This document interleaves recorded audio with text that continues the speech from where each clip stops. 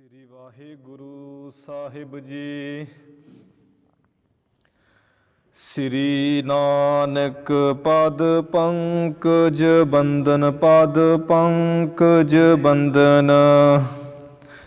ਸਿਮਰੋ ਅੰਗਦ ਦੋਖ ਨਿਕੰਦਨ। ਅਮਰਦਾਸ ਗੁਰ ਹਿਰਦੈ ਨਿਤ ਧਿਆਵੋ ਜੀ, ਹਿਰਦੈ ਨਿਤ ਧਿਆਵੋ। ਸ੍ਰੀ ਗੁਰ ਰਾਮਦਾਸ ਗੁਣ ਗਾਵੋ। ਸ੍ਰੀ ਅਰਜਨ ਬਿਘਨਨ ਕੇ ਨਾਸਕ, ਬਿਘਨਨ ਕੇ ਨਾਸਕ। ਹਰਿ ਗੋਬਿੰਦ ਸੁਭ ਸੁਮਤਿ ਪ੍ਰਕਾਸ਼ਕ। ਸ੍ਰੀ ਹਰਿ ਰਾਇ ਨਮੋ ਕਰ ਜੋਰੀ, ਨਮੋ ਕਰ ਜੋਰੀ। ਗੁਰ ਹਰਿ ਕ੍ਰਿਸ਼ਨ ਮਨਾਇ ਬਹੋਰੀ। ਤੇਗ ਬਹਾਦਰ ਪਰਮ ਕਿਰਪਾਲਾ ਜੀ, ਪਰਮ ਕਿਰਪਾਲਾ। ਸ੍ਰੀ ਗੁਰ ਗੋਬਿੰਦ ਸਿੰਘ ਬਿਸਾਲਾ। ਤਰੋਂ ਤਰਾ ਪਰ ਪੁਨ ਪੁਨ ਸੀਸਾ ਜੀ, ਪੁਨ ਪੁਨ ਸੀਸਾ। ਬੰਦੋ ਬਾਰ ਬਾਰ ਜਗਦੀਸਾ। ਜਿਸ ਮਹਿ ਅੰਮ੍ਰਿਤ ਗਿਆਨ ਹੈ, ਮਾਨਕ ਭਗਤ ਵੈਰਾਗ। ਗੁਰੂ ਗ੍ਰੰਥ ਸਾਹਿਬ ਉਦਦ, ਬੰਦੋ ਕਰ ਅਨਰਾਗ। ਸ੍ਰੀ ਗੁਰ ਸ਼ਬਦ ਕਮਾਏ ਜਿਨ, ਜੀਤੇ ਪੰਚ ਵਿਕਾਰ।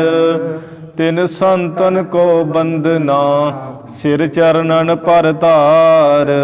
ਏਕ ਓੰਕਾਰਾ ਸਤਿਗੁਰੂ, ਤਿਹ ਪ੍ਰਸਾਦ ਸਚ ਹੋਏ। ਵਾਹਿਗੁਰੂ ਜੀ ਕੀ ਫਤਿਹ, ਵਿਘਨ ਵਿਨਾਸ਼ਨ ਸੋਏ।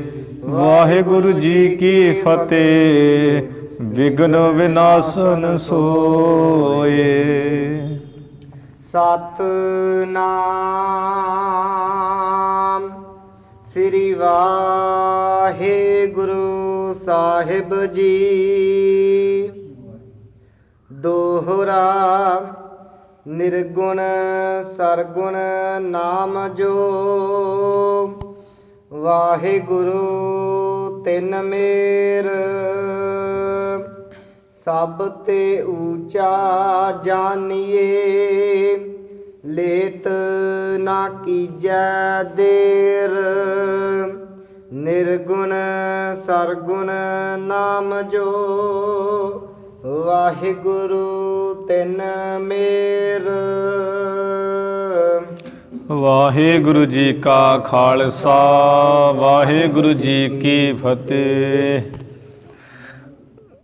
ਦੀਨ ਦਿਆਲ ਭਗਤ ਵਛਲ, ਪੂਰਨ ਪਰਮੇਸ਼ਰ, ਪੂਰਨ ਅਵਤਾਰ। ਧੰਨ ਧੰਨ ਸ੍ਰੀ ਗੁਰੂ ਨਾਨਕ ਦੇਵ ਸਾਹਿਬ ਜੀ ਮਹਾਰਾਜ। ਅੰਮ੍ਰਿਤ ਕੇ ਦਾਤੇ, ਪੰਥ ਦੇ ਵਾਲੀ, ਵਾਲੀਏ ਦੋ ਜਹਾਨ, ਸਾਹਿਬੇ ਕਮਾਲ। ਧੰਨ ਧੰਨ ਸ੍ਰੀ ਗੁਰੂ ਗੋਬਿੰਦ ਸਿੰਘ ਸਾਹਿਬ ਜੀ ਮਹਾਰਾਜ। ਦਸੇ ਗੁਰੂ ਸਾਹਿਬਾਨਾਂ ਦੀ ਆਤਮਿਕ ਜੋਤ, ਜਾਗਦੀ ਜੋਤ। ਚਵਰ ਛਤਰ ਸਿੰਘਾਸਣ ਤਖਤ ਦੇ ਮਾਲਕ। ਜੁਗੋ ਜੁਗ ਅਟਲ ਬਾਣੀ ਕੇ ਬੋਹਿਥ। ਧੰਨ ਧੰਨ ਸ੍ਰੀ ਗੁਰੂ ਗ੍ਰੰਥ ਸਾਹਿਬ ਜੀ ਮਹਾਰਾਜ। ਸਤਿਗੁਰੂ ਜੀ ਦੀ ਸਾਜੀ ਨਿਵਾਜੀ, ਗੁਰੂ ਪਿਆਰੀ, ਗੁਰੂ ਖਾਲਸਾ, ਗੁਰੂ ਰੂਪ, ਸਾਧ ਸੰਗਤ ਜੀਓ।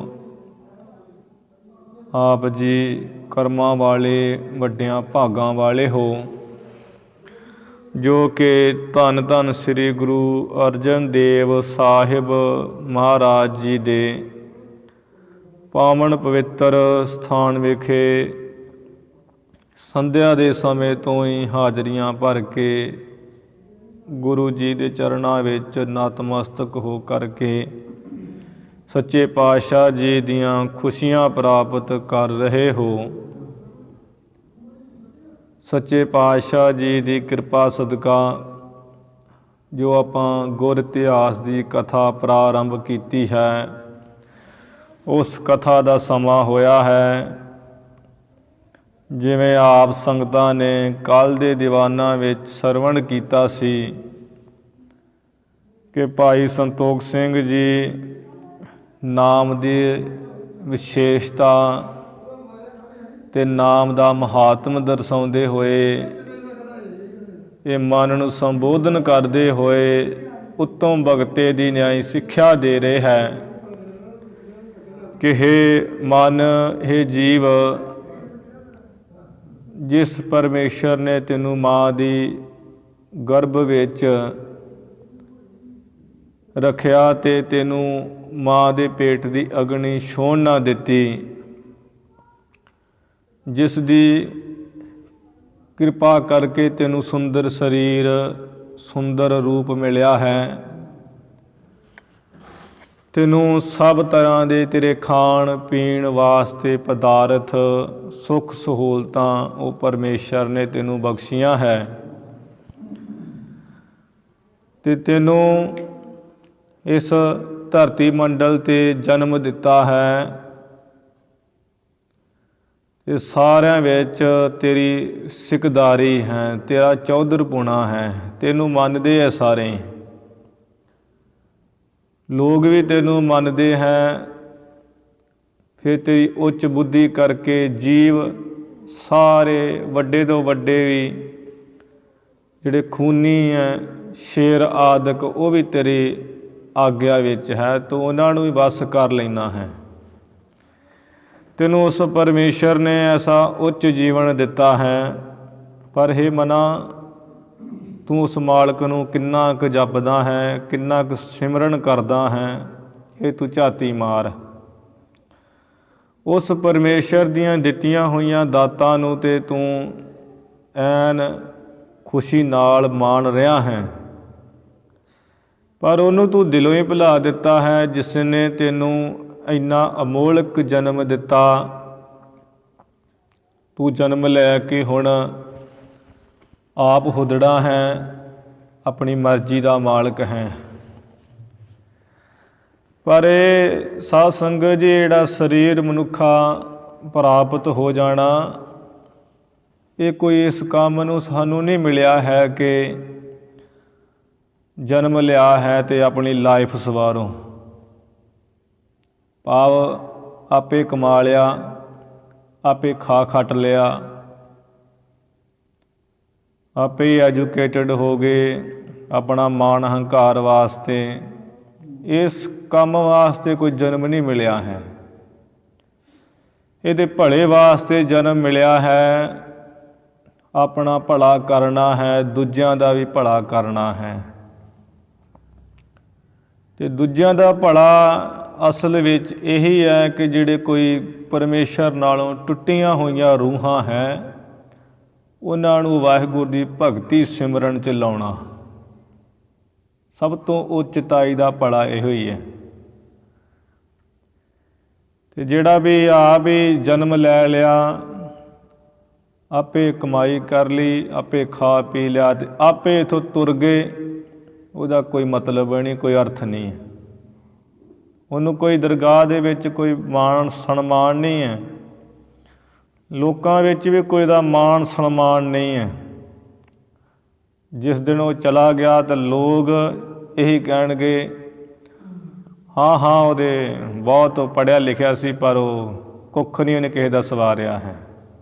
ਕੀ ਕੀਤਾ ਉਹਨੇ, ਧਰਮ ਦਾ ਕੀ ਕੀਤਾ, ਕੀ ਕਮਾਇਆ ਹੈ, ਉਹ ਫਿਰ ਲੋਕ ਕਹਿੰਦੇ ਹੈ।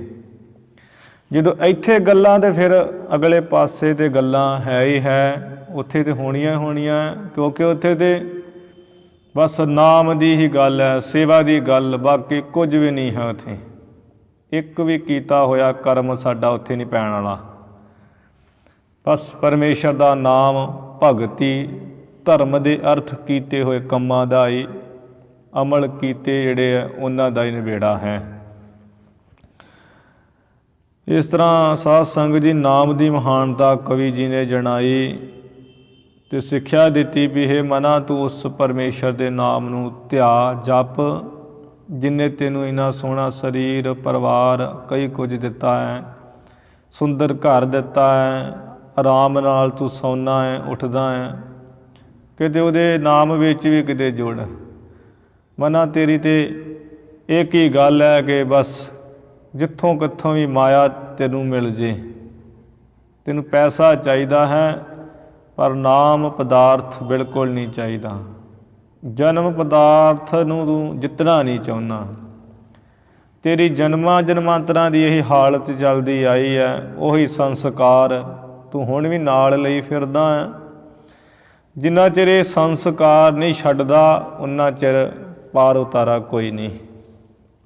ਇਵੇਂ ਸਾਧ ਸੰਗਤ ਜੀ ਨਾਮ ਦੀ ਮਹਾਨਤਾ ਕਵੀ ਸਾਹਿਬ ਜੀ ਦੱਸਦੇ ਤੇ ਵਾਹਿਗੁਰੂ ਨਾਮ ਦੀ ਵਿਸ਼ੇਸ਼ਤਾ ਦੱਸ ਰਹੇ ਆ ਵੀ ਵਾਹਿਗੁਰੂ ਨਾਮ ਕਿੰਨਾ ਉੱਚਾ ਹੈ, ਕਿੰਨਾ ਮਹਾਨ ਹੈ। ਹੁਣ ਉਸ ਵਾਹਿਗੁਰੂ ਨਾਮ ਦੇ ਕਵੀ ਸਾਹਿਬ ਜੀ ਅਰਥ ਕਰਕੇ ਸੁਣਾਉਣਗੇ ਤੇ ਪਰਮੇਸ਼ਰ ਦੇ ਜਿਹੜੇ ਸਰਗੁਣ ਤੇ ਨਿਰਗੁਣ ਸਰੂਪ ਹੈ ਵੀ ਭਾਵੇਂ ਉਹ ਵੀ ਨਾਮ ਹੈ, ਪਰ ਉਹਨਾਂ ਨਾਮਾਂ ਤੋਂ ਵੀ ਜਿਹੜਾ ਉੱਚਤਾਈ ਦਾ ਨਾਮ ਹੈ ਉਹ ਹੈ ਵਾਹਿਗੁਰੂ ਨਾਮ, ਜਿਸ ਨੂੰ ਗੁਰੂ ਨਾਨਕ ਸਾਹਿਬ ਮਹਾਰਾਜ ਜੀ ਨੇ ਇਹ ਕਲਯੁਗ ਵਿੱਚ ਬਖਸ਼ਿਆ ਹੈ।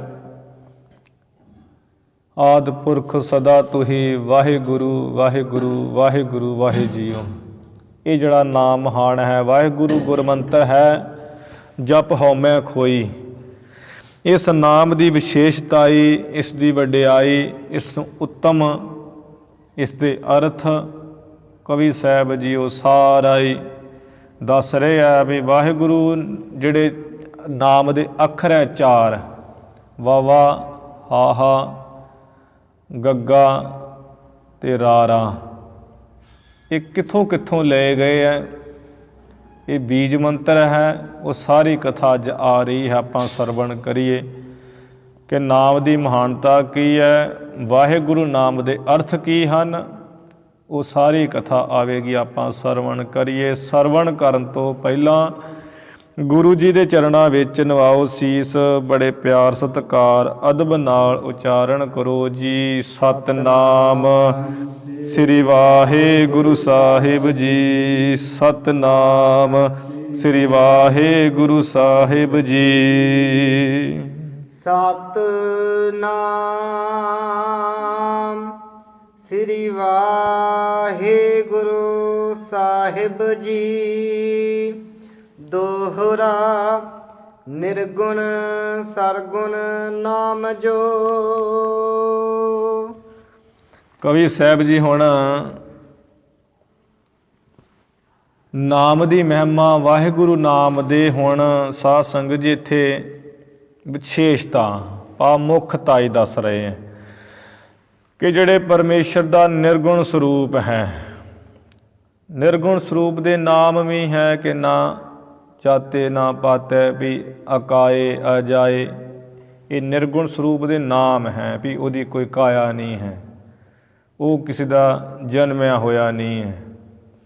ਨਿਰਗੁਣ ਸਰੂਪ ਤੇ ਇਸੇ ਤਰ੍ਹਾਂ ਸਰਗੁਣ ਸਰੂਪ, ਜਿਹੜਾ ਗੁਣਾਂ ਦੇ ਸਹਿਤ ਜਿਵੇਂ ਸਰੀਰਾਂ ਵਿੱਚ ਸਮੇਂ ਸਮੇਂ ਨਾਲ ਪਰਮੇਸ਼ਰ ਦੇ ਅਵਤਾਰ ਆਏ ਹੈ।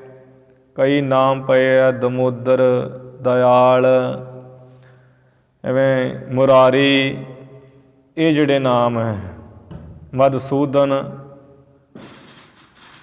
ਇਸ ਤਰ੍ਹਾਂ ਕਿੰਨੇ ਜਿਹੜੇ ਨਾਮ ਹੈ। ਨਿਰਗੁਣ ਤੇ ਸਰਗੁਣ ਸਰੂਪ ਪਰਮੇਸ਼ਰ ਦੇ ਜਿਹੜੇ ਇਹ ਨਾਮ ਹਨ। ਵਾਹਿਗੁਰੂ ਤਿਨ ਮੇਰ।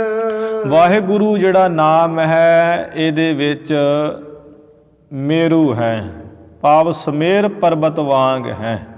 ਦੂਜੇ ਨਾਮਾਂ ਵਿੱਚੋਂ ਜਿਵੇਂ ਮਾਲਾ ਹੁੰਦੀ ਆ 108 ਮਣਕੇ ਦੀ ਜਾਂ ਕੋਈ ਵੀ ਮਾਲਾ, ਉਹਦਾ ਇੱਕ ਮਣਕਾ ਹੁੰਦਾ ਜਿਹੜਾ ਮੇਨ, ਜਿੱਥੋਂ ਮਾਲਾ ਸ਼ੁਰੂ ਹੁੰਦੀ ਹੈ, ਜਿਹਦੇ ਵਿੱਚ ਧਾਗਾ ਪਰੋਇਆ ਹੁੰਦਾ, ਪਹਿਲਾ ਮਣਕਾ ਉਹ ਮੇਰੂ ਮਣਕਾ ਹੁੰਦਾ ਹੈ। ਉਹਦੇ ਸਾਰੀ ਮਾਲਾ ਜਿਹੜੀ ਹੈ ਉਹ ਟਿਕੀ ਹੁੰਦੀ ਹੈ। ਤੇ ਉਹਨੂੰ ਕਹੀਦਾ ਹੈ ਮੇਰੂ। ਜਿੱਥੋਂ ਮਾਲਾ ਆਪਾਂ ਜਪਣੀ ਸ਼ੁਰੂ ਕਰਦੇ ਹਾਂ ਤੇ ਵਿਚਕਾਰ ਸਭ ਤੋਂ ਪਹਿਲਾਂ ਮੋਤੀ ਜਿਹੜਾ ਇੱਕ ਤੇ ਜਿੱਥੋਂ ਜਪਣਾ ਹੈ, ਇੱਕ ਜਿਹਦੇ ਵਿੱਚ ਧਾਗਾ ਪਰੋ ਕੇ ਦੇ ਗੰਢ ਦਿੱਤੀ ਹੋਈ, ਉਹਨੂੰ ਕਹੀਦਾ ਹੈ ਮੇਰੂ। ਐਵੇਂ ਜੋ ਪਰਮੇਸ਼ਰ ਦੇ ਨਿਰਗੁਣ ਸਰੂਪ ਦੇ ਨਾਮ, ਸਰਗੁਣ ਸਰੂਪ ਦੇ ਜਿਹੜੇ ਨਾਮ ਹੈ, ਉਹਨਾਂ ਸਾਰਿਆਂ ਚੋਂ ਹੀ ਜਿਹੜਾ ਵਾਹਿਗੁਰੂ ਨਾਮ ਹੈ, ਇਹ ਸਮੇਰ ਪਰਬਤ ਵਾਂਗ, ਜਿਵੇਂ ਸਮੇਰ ਪਰਬਤ ਬੜਾ ਵੱਡਾ ਹੈ, ਜਾਂ ਮੇਰੂ ਮਣਕਾ ਜਿਹਦੇ ਸਾਰੀ ਮਾਲਾ ਹੀ ਜਿਹੜੀ ਹੈ ਟਿਕੀ ਹੋਈ ਹੈ, ਐਵੇਂ ਵਾਹਿਗੁਰੂ ਨਾਮ ਮੇਰੂ ਮਣਕੇ ਦੇ ਵਾਂਗ ਹੈ। ਸਭ ਤੇ ਉੱਚਾ ਜਾਣੀਏ। ਐਵੇਂ ਵੀ ਜਿਹੜਾ ਵਾਹਿਗੁਰੂ ਨਾਮ ਹੈ ਸਾਰਿਆਂ ਨਾਮਾਂ ਨਾਲ ਉੱਚਾ ਜਾਣੀਏ। ਲੇਤ ਨਾ ਕੀਜੈ ਦੇਰ। ਇਸ ਵਾਹਿਗੁਰੂ ਨਾਮ ਨੂੰ ਲੈਂਦਿਆਂ ਜਪਦਿਆਂ ਹੇ ਮਨਾ ਕਦੀ ਦੇਰ ਨਾ ਕਰੀਏ, ਸਦਾ ਵਾਹਿਗੁਰੂ ਦਾ ਨਾਮ ਜਪੀਏ। ਅੰਮ੍ਰਿਤ ਵੇਲੇ ਸਗੋਂ ਹੀ ਨਾ ਢਿੱਲੇ ਪਈਏ। ਚੌਪਈ ਨਿਰਗੁਣ ਨਾਮਨ ਤੇ ਵਦ ਆਸੇ। ਹੁਣ ਕਵੀ ਸਾਹਿਬ ਜੀ ਦੱਸ ਰਹੇ ਹੈ ਵੀ ਜਿਹੜਾ ਪਰਮੇਸ਼ਰ ਦਾ ਨਿਰਗੁਣ ਨਾਮ ਹੈ, ਭਾਵ ਜਿੱਥੇ ਉਹਦਾ ਕੋਈ ਸਰੀਰ ਨਹੀਂ ਹੈ ਤੇ ਨਾਮ ਪਏ ਹੋਏ ਹੈ, ਅਕਾਏ ਅਜਾਏ ਕਿ ਕਾਇਆ ਤੋਂ ਰਹਿਤ ਹੈ। ਉਹ ਕਾਇਆ ਤੋਂ ਰਹਿਤ ਕੌਣ? ਨਿਰਗੁਣ ਹੀ ਹੈ, ਹੋਰ ਕੌਣ ਹੈ? ਜਨਮ ਤੋਂ ਰਹਿਤ ਹੈ, ਉਹ ਕੌਣ? ਨਿਰਗੁਣ ਸਰੂਪ ਹੈ। ਇਸ ਤਰ੍ਹਾਂ ਨਿਰਗੁਣ ਨਾਮਨ, ਪਰਮੇਸ਼ਰ ਦੇ ਨਿਰਗੁਣ ਨਾਮਾਂ ਤੋਂ ਵਾਹਿਗੁਰੂ ਨਾਮ ਵੱਧ ਇਸ ਤਰ੍ਹਾਂ ਹੈ। ਸੋ ਕਰ ਅਰਥ ਬਖਾਨੋ ਜੈਸੇ। ਭਾਈ ਸਾਹਿਬ ਜੀ ਕਹਿੰਦੇ ਜਿਸ ਤਰ੍ਹਾਂ ਇਹ ਨਿਰਗੁਣ ਨਾਮਾਂ ਤੋਂ ਪਰਮੇਸ਼ਰ ਦਾ ਵਾਹਿਗੁਰੂ ਨਾਮ ਵੱਡਾ ਹੈ, ਉਹ ਜਿਸ ਤਰ੍ਹਾਂ ਵੱਡਾ ਹੈ ਮੈਂ ਉਸੇ ਤਰ੍ਹਾਂ ਹੀ ਤੁਹਾਨੂੰ ਅਰਥ ਕਰਕੇ ਸੁਣਾਉਣਾ ਹਾਂ। ਧਿਆਨ ਦੇ ਕੇ ਸੁਣੋ ਵਾਹਿਗੁਰੂ ਨਾਮ ਦੇ ਅਰਥ। ਵਾਹੇ ਨਾਮ ਅਚਰਜ ਕੋ ਹੋਈ। ਜਿਹੜਾ ਵਾਹੇ ਹੈ, ਵਾਹੇ ਸ਼ਬਦ, ਵਵੇ ਕੰਨਾ ਹਾਹੇ ਸਿਆਰੀ ਵਾਹੇ, ਇਹ ਜਿਹੜਾ ਵਾਹੇ ਸ਼ਬਦ ਹੈ, ਵਾਹੇ ਨਾਮ ਅਚਰਜ ਦਾ ਹੈ, ਅਚਰਜ ਦਾ ਭਾਵ ਅਚਰਜ ਹੋ ਜਾਣਾ, ਹੈਰਾਨ ਹੋ ਜਾਣਾ। ਜਾਂ ਆਪਾਂ ਕਹਿ ਦਈਏ ਵੀ ਵਾਹ, ਤੇ ਜਦੋਂ ਵਾਹ ਕਹਿ ਦਿੱਤਾ ਤੇ ਉਹ ਤੋਂ ਅੱਗੇ ਕੋਈ ਸ਼ਬਦ ਨਹੀਂ ਹੁੰਦਾ ਜ਼ਬਾਨ 'ਤੇ। ਉਹ ਤੋਂ ਵੱਧ ਆਪਾਂ ਕੀ ਕਵਾਂਗੇ? ਜਾਂ ਆਪਾਂ ਹੈਰਾਨ ਹੋ ਗਏ, ਸਾਡੀ ਬੁੱਧੀ ਅਚਰਜ ਹੋ ਗਈ, ਤੇ ਉਹ ਤੋਂ ਅੱਗੇ ਕੋਈ ਗੱਲ ਨਹੀਂ ਹੈ। ਇਵੇਂ ਜਿਹੜਾ ਵਾਹਿਗੁਰੂ ਨਾਮ ਹੈ ਤੇ ਜਿਹੜਾ ਵਾਹੇ ਸ਼ਬਦ ਹੈ, ਵਾਹੇ ਨਾਮ ਅਚਰਜ ਦਾ ਹੁੰਦਾ ਹੈ। ਅਚਰਜ ਤੇ ਪਰ ਉਕਤ ਨਾ ਕੋਈ। ਤੇ ਜਿਹੜਾ ਅਚਰਜ ਹੈ, ਵਾਹ ਹੈ, ਇਹ ਸ਼ਬਦ ਉੱਤੇ ਉਕਤ ਕਹੀਏ ਕੋਈ ਬਾਣੀ ਨਹੀਂ ਹੁੰਦੀ, ਉਕਤ ਕਹੀਏ ਕੋਈ ਕਸਰ ਨਹੀਂ ਹੁੰਦਾ। ਜਿਹੜੀ ਚੀਜ਼ ਨੂੰ ਵੇਖ ਕੇ ਆਪਾਂ ਹੈਰਾਨ ਹੋ ਗਏ ਹਾਂ, ਜਾਂ ਜਿਹੜਾ ਬਚਨ ਵਾਹ ਸ਼ਬਦ ਕਹਿ ਦਿੱਤਾ ਹੈ, ਉਹ ਤੋਂ ਅੱਗੇ ਕੋਈ ਕਥਨੀ ਨਹੀਂ ਹੁੰਦੀ, ਕੋਈ ਬੋਲ ਬਾਣੀ ਨਹੀਂ ਹੁੰਦੀ ਵੀ ਹੁਣ ਇਹ ਤੋਂ ਮੈਂ ਉੱਤੇ ਕੀ ਕਹਿ ਸਕਾਂ। ਤੇ ਐਵੇਂ ਜਿਹੜਾ ਵਾਹੇ ਸ਼ਬਦ ਉਹ ਅਚਰਜ ਹੁੰਦਾ ਹੈ, ਉਹ ਤੋਂ ਉੱਪਰ ਕੋਈ ਕਥਨੀ, ਕੋਈ ਬਾਣੀ ਨਹੀਂ ਹੈ ਵੀ ਜਿਹੜੀ ਕਹਿ ਕੇ ਆਪਾਂ ਸੁਣਾ ਸਕੀਏ। ਗੋ ਤਮ ਨਾਮ ਅਗਿਆਨ ਅਨਿਤ। ਤੇ ਜਿਹੜਾ ਗੋ ਸ਼ਬਦ ਹੈ, ਵਾਹੇ ਤੇ ਅੱਗੇ ਗੱਗੇ ਔਂਕੜ ਗੋ, ਇੱਥੇ ਕਵੀ ਜੀ ਨੇ ਹੋੜੇ ਨਾਲ ਲਿਆ ਹੈ, ਉਹ ਕਾਵ ਦੇ ਨਿਯਮਾਂ ਕਰਕੇ ਉਂਝ ਸਿੱਧਾ ਵੀ ਗੱਗੇ ਔਂਕੜ। ਗੋ ਨਾਮ ਹੈ ਤਾਮ ਦਾ, ਹਨੇਰੇ ਦਾ। ਗੋ ਸ਼ਬਦ ਦਾ ਅਰਥ ਹੈ ਹਨੇਰਾ, ਤੇ ਹਨੇਰਾ ਕਾਹਦਾ? ਅਗਿਆਨ ਦਾ। ਤੇ ਅਗਿਆਨ ਜਿਹੜਾ ਕੀ ਹੈ? ਅਨਿਤ, ਜਿਹੜਾ ਕਦੀ ਹੋਵੇ ਕਦੀ ਨਾ ਹੋਵੇ, ਭਾਵ ਜਿਹੜਾ ਸਦਾ ਨਾ ਹੋਵੇ। ਰੋ ਪ੍ਰਕਾਸ਼ ਕਿਓ ਜਿਨ ਚਿਤ। ਤੇ ਰੂਹ ਸ਼ਬਦ ਦਾ ਅਰਥ ਹੈ ਪ੍ਰਕਾਸ਼। ਰੂਹ ਨਾਮ ਪ੍ਰਕਾਸ਼ ਦਾ ਹੈ, ਜੋ ਅਗਿਆਨ ਨੂੰ ਕੱਟ ਕੇ ਤੇ ਰੂਹ ਕਹੀਏ ਪ੍ਰਕਾਸ਼ ਕਰ ਦੇਣ ਵਾਲਾ ਹੈ ਚਿੱਤ ਵਿੱਚ, ਉਹਨੂੰ ਕਹੀਦਾ ਹੈ ਵਾਹਿਗੁਰੂ। ਜਿਹੜਾ ਅੱਖਾਂ ਅੱਗੇ ਸਾਡੇ ਹਨੇਰਾ ਆਉਂਦਾ ਹੈ ਉਹਨੂੰ ਆਪਾਂ ਹਨੇਰਾ ਕਹਿ ਦਿੰਦੇ ਹਾਂ। ਜਿਹੜਾ ਸਾਡੇ ਚਿੱਤ ਦੇ ਉੱਤੇ ਹਨੇਰਾ ਹੈ ਉਹਨੂੰ ਆਪਾਂ ਅਗਿਆਨ ਕਹੀਦਾ ਹੈ। ਤੇ ਜਿਹੜਾ ਵਾਹਿਗੁਰੂ ਨਾਮ ਹੈ, ਜਿਵੇਂ ਹੁਣ ਕਈ ਅੰਨੇ ਹੈ, ਅੱਖਾਂ ਕਰਕੇ ਤੇ ਭਾਵੇਂ ਨਹੀਂ ਦਿਸ ਰਿਹਾ, ਪਰ ਜੇ ਨਾਮ ਦੀ ਕਮਾਈ ਕਰਦੇ ਪਰ ਚਿੱਤ ਵਿੱਚ ਗਿਆਨੀ ਹੈ, ਚਿੱਤ ਕਰਕੇ ਗਿਆਨਵਾਨ ਹੈ। ਕਿਉਂਕਿ ਜਿਹੜਾ ਅਗਿਆਨ ਤੇ ਪੜਦਾ ਪਿਆ, ਜਿਹੜਾ ਅਗਿਆਨ ਦਾ ਪੜਦਾ ਚਿੱਤ ਤੇ ਪਿਆ ਹੈ ਹਨੇਰਾ ਬੇਸਮਝੀ ਦਾ, ਉਹ ਚੁੱਕਿਆ ਜਾਂਦਾ ਵਾਹਿਗੁਰੂ ਨਾਮ ਕਰਕੇ। ਇਵੇਂ ਵਾਹਿਗੁਰੂ ਨਾਮ ਦੇ ਇਹ ਅਰਥ ਹੈ, ਵਾਹਿ ਨਾਮ ਅਸਚਰਜ ਦਾ ਹੈ, ਹੈਰਾਨ ਹੋ ਜਾਣਾ, ਜਿੱਤੋਂ ਅੱਗੇ ਕੋਈ ਕਥਨੀ ਨਹੀਂ ਹੈ। ਗੋ ਨਾਮਦ ਹਨੇਰੇ ਦਾ ਹੈ, ਜਿਹੜਾ ਅਗਿਆਨ ਦਾ ਹਨੇਰਾ ਸਦਾ ਨਹੀਂ ਰਹਿਣ ਵਾਲਾ ਚਿੱਤ ਤੇ ਛਾਇਆ ਹੋਇਆ ਹੈ। ਤੇ ਚਿੱਤ ਨੂੰ ਰੂਹ ਕਹੀਏ ਜਿਹੜਾ ਪ੍ਰਕਾਸ਼ ਕਰ ਦੇਣ ਵਾਲਾ ਹੈ, ਗਿਆਨ ਬਖਸ਼ ਦੇਣ ਵਾਲਾ ਹੈ, ਉਹ ਵਾਹਿਗੁਰੂ ਨਾਮ ਹੈ। ਇਉਂ ਸ੍ਰੀ ਨਾਨਕ ਨਾਮ ਬਨਾਇਓ। ਇਵੇਂ ਸੋਭਾ ਵਾਲੇ ਸੁਭਾਏਮਾਨ ਸ੍ਰੀ ਗੁਰੂ ਨਾਨਕ ਦੇਵ ਸਾਹਿਬ ਮਹਾਰਾਜ, ਜੋ ਆਪ ਨਾਰਾਇਣ ਕਲਾ ਧਾਰ ਜਗ ਮਹਿ ਪਰਵਰਿਓ, ਉਹਨਾਂ ਨੇ ਇਸ ਨਾਮ ਵਾਹਿਗੁਰੂ ਨੂੰ 4 ਅੱਖਰਾਂ ਦੇ ਸੁਮੇਲ ਨੂੰ ਬਣਾਇਆ ਹੈ। ਸੁਨ ਸਰੁਤ ਸੰਤਨ ਚਿਤ ਸੁਖ ਪਾਇਓ। ਜਦੋਂ ਕਵੀ ਸਾਹਿਬ ਜੀ ਕਹਿੰਦੇ ਕਿ ਇਹ ਮੈਂ ਵਾਹਿਗੁਰੂ ਨਾਮ ਦੇ ਅਰਥ ਸੁਣਾਏ, ਤੇ ਜਿਹੜੇ ਸੰਤ ਸਨ ਸ਼ਾਂਤ ਬਿਰਤੀ ਵਾਲੇ, ਕਮਾਈ ਵਾਲੇ, ਸਿਮਰਨ ਵਾਲੇ, ਉਹਨਾਂ ਨੇ ਸੁਣ ਕੇ ਚਿੱਤ ਵਿੱਚ ਬੜਾ ਸੁਖ ਪਾਇਆ, ਕੰਨਾਂ ਰਾਹੀਂ ਸੁਣ ਕੇ ਕਿ ਗੁਰੂ ਨਾਨਕ ਸਾਹਿਬ ਮਹਾਰਾਜ ਜੀ ਨੇ ਵਾਹਿਗੁਰੂ ਨਾਮ ਐਡਾ ਮਹਾਨ ਇਹ 4 ਅੱਖਰਾਂ ਦੇ ਸੁਮੇਲ ਤੋਂ ਬਣਾਇਆ ਹੈ। ਦੋਹਰਾ ਪੁਨ ਸਰਗੁਣ ਕੇ ਨਾਮ ਤੇ। ਫਿਰ ਜੋ ਸਰਗੁਣ ਜਿਹੜੇ ਨਵੇਂ ਜਿਵੇਂ ਕ੍ਰਿਸ਼ਨ ਭਗਵਾਨ ਆਏ ਸੀ ਤੇ ਉਹ ਮੁਰਾਰੀ ਨਾਮ ਪੈ ਗਿਆ, ਦਮੋਦਰ ਪੈ ਗਿਆ, ਹੋਰ ਕਈ ਨਾਮ ਮਧੂਸੂਦਨ ਪੈ ਗਿਆ। ਇਵੇਂ ਜਿਹੜੇ ਨਾਮ ਪਏ ਆ ਜੁਗਾਂ ਜੁਗਾਂ ਵਿੱਚ ਪਰਮੇਸ਼ਰ ਦੇ, ਉਹ ਸਰਗੁਣ ਨਾਮ ਹੈ। ਭਾਵ ਸਰੀਰਾਂ ਦੇ ਨਾਮ ਪਏ, ਜਦੋਂ ਜੋ ਕੌਤਕ ਕੀਤਾ ਉਹੀ ਨਾਮ ਪੈ ਗਿਆ। ਇਵੇਂ ਫਿਰ ਸਰਗੁਣ ਜਿਹੜੇ ਪਰਮੇਸ਼ਰ ਦੇ ਨਾਮ, ਉਹਨਾਂ ਤੋਂ ਅਧਿਕ ਜਾਨ ਮਨ ਮਾਹੇ। ਇਵੇਂ ਵਾਹਿਗੁਰੂ ਨਾਮ ਨੂੰ ਭਾਈ ਮਨ ਦੇ ਵਿੱਚ ਬਹੁਤਾ ਵੱਡਾ ਜਾਣ। ਜਿਹ ਸਿਮਰਤ ਕਲ ਕਾਲ ਕੇ। ਜਿਸ ਵਾਹਿਗੁਰੂ ਨਾਮ ਨੂੰ ਸਿਮਰਦਿਆਂ ਆ ਕਲਯੁਗ ਦੇ ਸਮੇਂ ਦੇ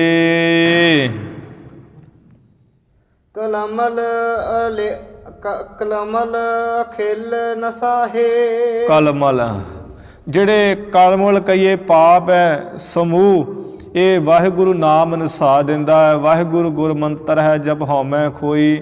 ਇਹ ਵੱਡਾ ਜਿਹੜਾ ਪਾਪ ਹਉਮੈ ਜਿਹਦੇ ਕਰਕੇ ਜਨਮ ਹੁੰਦੇ ਹੈ, ਇਹ ਸਾਰੇ ਇਹ ਪਾਪ ਵੱਡੇ ਤੋਂ ਵੱਡੇ, ਬੱਜਰ ਤੋਂ ਬੱਜਰ ਪਾਪ ਵਾਹਿਗੁਰੂ ਦਾ ਨਾਮ ਨਾਸ ਕਰ ਦਿੰਦਾ, ਨਸਾ ਦਿੰਦਾ ਹੈ। ਚੌਪਈ ਵੱਵਾ ਵਾਸਦੇਵ ਤੇ ਲੀਨੋ। ਹੁਣ ਕਵੀ ਸਾਹਿਬ ਜੀ ਜਿਹੜਾ ਵਾਹਿਗੁਰੂ ਨਾਮ ਹੈ, ਪਹਿਲਾਂ ਤਾਂ ਉਹਦੇ ਅਰਥ ਸੁਣਾਏ ਆ। ਹੁਣ ਜਿਹੜੇ 4 ਅੱਖਰ ਹੈ ਵੱਵਾ, ਹਾਹਾ, ਗੱਗਾ ਤੇ ਰਾਰਾ, ਵੀ ਇਹ ਕਿੱਥੋਂ ਕਿੱਥੋਂ ਗੁਰੂ ਨਾਨਕ ਸਾਹਿਬ ਜੀ ਨੇ ਨਾਮ ਲਏ, ਇਹ 4 ਅੱਖਰਾਂ ਨੂੰ ਇਕੱਠਾ ਕਿਵੇਂ ਕੀਤਾ ਹੈ। ਜਿਹੜਾ ਵਾਸਦੇਵ ਹੈ, ਵਾਸਦੇਵ ਸ਼ਬਦ ਤੋਂ ਲਿਆ ਹੈ ਵੱਵਾ ਅੱਖਰ। ਤੇ ਇੱਥੇ ਵਿਦਵਾਨ ਕਈ ਅਰਥ ਜਿਹੜੇ ਅੰਤਰੀਵ ਅਰਥ ਕਰ ਜਾਂਦੇ ਆ, ਪਰ ਉਹ ਸਿੱਧੇ ਤੌਰ 'ਤੇ ਨਹੀਂ ਕਰਦੇ। ਭਾਵ ਕਿ ਜਿਵੇਂ ਪਰਮੇਸ਼ਰ ਦੀ 4 ਯੁੱਗਾਂ ਵਿੱਚ ਭਗਤੀ ਹੋਈ ਹੈ, ਉਹ ਕਾਹਦੇ ਕਰਕੇ ਹੋਈ ਹੈ? ਸਾਧ ਸੰਗਤ ਜੀ ਅਵਤਾਰ ਦੇ ਆਉਣ ਕਰਕੇ ਤੇ ਹੋਈ ਹੈ। ਸਿੱਧਾ ਦੇ ਕਿਸੇ ਨੇ ਨਾਮ ਨਹੀਂ ਕੋਈ ਜਪਿਆ। ਸ੍ਰੀ ਗੁਰੂ ਨਾਨਕ ਸਾਹਿਬ ਮਹਾਰਾਜ ਜੀ ਕਲਯੁੱਗ ਵਿੱਚ ਆਏ, ਸਾਨੂੰ ਨਾਮ ਦਿੱਤਾ ਵੀ ਭਾਈ ਸਿੱਖੋ ਵਾਹਿਗੁਰੂ ਨਾਮ ਜਪਣਾ ਹੈ, ਤਾਂ ਹੀ ਤਾਂ ਅਸੀਂ ਜਪਣ ਲੱਗੇ ਹਾਂ। ਇਵੇਂ ਸਤਿਯੁਗ ਵਿੱਚ ਵੀ ਪਰਮੇਸ਼ਰ ਨੇ ਅਵਤਾਰ ਧਾਰਨ ਕਰ ਕਰਕੇ ਨਾਮ ਦੀ ਬਖਸ਼ਿਸ਼ ਕੀਤੀ, ਤ੍ਰੇਤੇ ਵਿੱਚ ਵੀ ਦੁਆਪਰ ਵਿੱਚ ਵੀ। ਇਵੇਂ ਚੌਹਾਂ ਯੁੱਗਾਂ ਵਿੱਚ ਭਾਵੇਂ ਕਿ ਪਰਮੇਸ਼ਰ ਸਰਗੁਣ ਸਰੂਪ ਵਿੱਚ ਵਰਤਿਆ, ਭਾਵ ਕ੍ਰਿਸ਼ਨ ਰੂਪ ਹੋ ਕੇ, ਅਤੇ ਫਿਰ ਰਾਮ ਜੀ ਰੂਪ ਹੋ ਕੇ, ਵਿਸ਼ਨੂੰ ਭਗਵਾਨ ਰੂਪ ਹੋ ਕੇ ਵਰਤਿਆ ਹੈ ਪਰਮੇਸ਼ਰ ਚੌਹਾਂ ਯੁੱਗਾਂ ਵਿੱਚ। ਚੌਥੇ ਯੁੱਗ ਵਿੱਚ ਪਰਮਾਤਮਾ ਸ੍ਰੀ ਗੁਰੂ ਨਾਨਕ ਸਾਹਿਬ ਮਹਾਰਾਜ ਜੀ 10 ਰੂਪ ਧਾਰਨ ਕੀਤੇ, ਅਤੇ ਉਹ ਅਵਤਾਰ ਜਿਹੜੇ ਆਏ ਹੈ ਸਾਧ ਸੰਗਤ ਜੀ, ਉਹਨਾਂ ਵਿੱਚ ਜੋਤ ਕਿਹਦੀ ਹੈ? ਪਰਮੇਸ਼ਰ ਦੀ, ਭਾਵ ਜੀ ਦੀ ਚੇਤਨ ਸੱਤਾ ਮਾਲਕ ਦੀ। ਇਵੇਂ ਅਵਤਾਰਾਂ ਵਿੱਚੋਂ ਜਦੋਂ ਅਵਤਾਰ ਜਿਹੜੇ ਸਮੇਂ ਆਇਆ, ਤਾਂ ਉਸ ਅਵਤਾਰ ਨੂੰ ਦੇਖ ਦੇਖ ਕੇ ਤੇ ਸਾਰੀ ਦੁਨੀਆ ਨੇ ਨਾਮ ਜਪਿਆ, ਉਸੇ ਨਾਮ ਦਾ ਬੋਲਬਾਲਾ ਹੋਇਆ। ਇਵੇਂ ਭਾਵੇਂ ਕਿ ਅੰਤਰੀਵ ਅਰਥ ਜਿਹੜੇ ਸਿੱਧੇ ਕਰ ਦਿੰਦੇ ਵਿਦਵਾਨ, ਪਰ ਸਾਧ ਸੰਗਤ ਜੀ ਗੁਰਬਾਣੀ ਵਿੱਚ ਵੀ ਬਚਨ ਆ ਜਾਂਦੇ ਅਵਤਾਰਾਂ ਦੇ ਤੌਰ 'ਤੇ। ਜਿਵੇਂ ਭੱਟ ਸਾਹਿਬਾਨਾਂ ਨੇ ਬਚਨ ਕੀਤੇ ਕਿ ਹੇ ਗੁਰੂ ਨਾਨਕ ਸਾਹਿਬ ਮਹਾਰਾਜ ਜੀ, ਸਤਿਯੁਗ ਤੈ ਮਾਣਿਓ ਛਲਿਓ ਬਲ ਬਾਵਨ ਭਾਇਓ, ਤ੍ਰੇਤਿਆ ਤੈ ਮਾਣਿਓ ਰਾਮ ਰਘੁਵੰਸ ਕਹਾਇਓ, ਦੁਆਪਰ ਕ੍ਰਿਸ਼ਨ ਮੁਰਾਰ ਕੰਸ ਕਿਰਤਾਰਥ ਕੀਓ, ਉਗਰ ਸੈਨ ਕੋ ਰਾਜ ਅਭੈ ਭਗਤ ਹੈ ਜਨ ਦੀਓ, ਕਲਯੁਗ ਪਰਮਾਨ ਗੁਰ ਨਾਨਕ ਅੰਗਦ ਅਮਰ ਕਹਾਇਓ। ਦੇਖੋ ਹੁਣ ਉਹ ਜਿਹੜਾ ਬਲ ਰੂਪ ਧਾਰਨ ਬਲ ਨੂੰ ਰਾਜੇ ਨੂੰ ਛਲਿਆ ਹੈ, ਅਤੇ ਉਹ ਵਿਸ਼ਨੂੰ ਭਗਵਾਨ ਨੇ ਛਲਿਆ ਸੀ। ਪਹਿਲਾਂ ਬਾਵਨ ਰੂਪ ਧਾਰਨ ਕੀਤਾ, ਫਿਰ ਆਕਾਸ਼ ਨੂੰ ਸਿਰ ਲਾਇਆ। ਚੇਤਨ ਸੱਤਾ ਤੇ ਹੈ ਪਰਮੇਸ਼ਰ ਦੀ ਹੀ, ਪਰ ਉਪਾਧੀ ਕਰਕੇ ਨਾਮ ਜਿਹਦਾ ਹੈ ਉਹਦਾ ਹੀ ਲਿਆ ਜਾਏਗਾ।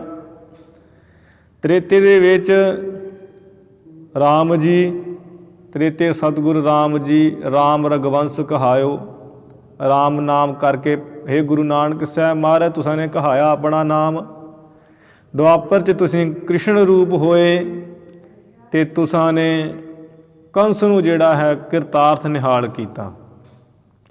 ਉਹ ਕਿਸ ਦ੍ਰਿਸ਼ਟੀ ਨਾਲ ਕਿਹਾ ਹੈ? ਚੇਤਨ ਸੱਤਾ ਦੇ ਕਰਕੇ ਵੀ ਪਰਮਾਤਮਾ ਦੀ ਜੋਤ ਤੇ ਊਚ ਨੀਚ ਮਹਿ ਜੋਤ ਸਮਾਨੀ, ਘਟ ਘਟ ਮਾਧੋ ਜੀਆ, ਸਾਰਿਆਂ 'ਚ ਵਸ ਰਿਹਾ ਹੈ। ਅਤੇ ਫਿਰ ਸਾਧ ਸੰਗਤ ਜੀ ਜਿਹੜਾ ਸਮੇਂ ਦਾ ਅਵਤਾਰ ਆ ਗਿਆ, ਫਿਰ ਉਹ ਕਿਵੇਂ ਨੀਵਾਂ ਹੋ ਗਿਆ? ਉਹਨੂੰ ਕਿਵੇਂ ਊਣਤਾਈ ਕਹਿ ਦਾਂਗੇ? ਹੁਣ ਆਪਣੇ ਸੰਤ ਮਹੰਤ ਹੈ, ਗੁਰੂ ਸਥਾਨਾਂ ਦੀ ਸੇਵਾ ਕਰਾਉਂਦੇ ਹੈ, ਜਥੇਦਾਰ ਅੱਗੇ ਲੱਗ ਲੱਗ ਕੇ, ਅਤੇ ਕਰਨ ਵਾਲਾ ਤਾਂ ਹੈ ਪਰਮੇਸ਼ਰ ਹੀ, ਪਰ ਅੰਦਰ ਜੋਤ ਹੈ ਪਰਮੇਸ਼ਰ ਦੀ, ਸਰੀਰ ਕਰਕੇ ਵੱਧਦੀ ਹੈ ਵੀ ਫਲਾਣੇ ਸੰਤ ਨੇ ਜੀ ਆ ਗੁਰਦੁਆਰਾ ਸਾਹਿਬ ਦੀ ਸੇਵਾ ਕਰਾਈ। ਅਤੇ ਜੇ ਹੁਣ ਆਪਾਂ ਸਿੱਧਾ ਕਹਿ ਦਈਏ ਵੀ ਨਹੀਂ ਇਹ ਤਾਂ ਪਰਮੇਸ਼ਰ ਨੇ ਆਹ ਸੇਵਾ ਕਰਾਈ, ਜਦੋਂ ਸੰਤ ਚੜ੍ਹਾਈ ਕਰ ਜਾਣ ਕਹੀ ਜਾਵਾਂਗੇ, ਅਤੇ ਲੋਕ ਬੈਠੇ ਹੋਏ ਕਹਿਣਗੇ ਵੀ ਇਹ ਈਰਖਾ ਕਰਦਾ ਹੋਣਾ ਉਹਨਾਂ ਨਾਲ, ਤਾਂ ਹੀ ਉਹ ਨਾਮ ਨਹੀਂ ਲੈਂਦਾ ਹੈ ਉਹਨਾਂ ਦਾ। ਫਿਰ ਭੇਦ ਗਿਆਨ ਹੋ ਗਿਆ ਇੱਥੇ, ਭਾਵ ਉਪਾਧੀ ਕਰਕੇ ਅਸੀਂ ਵੇਖੋ ਨਾਮ ਲੈਂਦੇ ਹਾਂ ਕਿ ਜੀ ਫਲਾਣਾ ਸਿੰਘ, ਇਹ ਫਲਾਣੇ ਸੰਤ, ਉਹਨਾਂ ਨੇ ਸਾਧ ਸੰਗਤ ਜੀ ਇੰਨੇ ਸਾਲ ਸੇਵਾ ਕੀਤੀ, ਆਹ ਸੇਵਾ ਕੀਤੀ। ਅੰਤਰਾਤਮੇ ਤੇ ਪਰਮੇਸ਼ਰ ਦੀ ਹੀ ਜੋਤ ਹੈ, ਪਰ ਉਪਾਧੀ ਕਰਕੇ ਆਪਾਂ ਨਾਮ ਦਿੰਦੇ ਹਾਂ। ਇਸੇ ਤਰ੍ਹਾਂ ਹੀ ਯੁੱਗਾਂ ਯੁੱਗਾਂ ਵਿੱਚ ਪਰਮੇਸ਼ਰ ਅਵਤਾਰ ਧਾਰਨ ਕਰਕੇ ਆਇਆ, ਉੱਥੋਂ ਦੁਨੀਆ ਨੇ ਰੱਬ ਦੇ ਪਿਆਰਿਆਂ ਨੇ ਨਾਮ ਜਪਿਆ। ਫਿਰ ਭਾਈ ਗੁਰਦਾਸ ਜੀ ਲਿਖਦੇ ਹੈ ਕਿ ਸਤਿਯੁਗ ਸਤਿਗੁਰ ਵਾਸਦੇਵ, ਵਵਾ ਵਿਸਣਾ ਨਾਮ ਜਪਾਵੈ, ਦੁਆਪਰ ਸਤਿਗੁਰ ਹਰਿ ਕ੍ਰਿਸ਼ਨ, ਹਾ ਹਰ ਹਰ ਨਾਮ ਜਪਾਵੈ, ਤ੍ਰੇਤੇ ਸਤਿਗੁਰ ਰਾਮ ਜੀ, ਰਾਰਾ ਰਾਮ ਜਪੈ ਸੁਖ ਪਾਵੈ, ਕਲਯੁਗ ਨਾਨਕ ਗੁਰ ਗੋਬਿੰਦ, ਗੱਗਾ ਗੋਬਿੰਦ ਨਾਮ ਅਲਾਵੈ।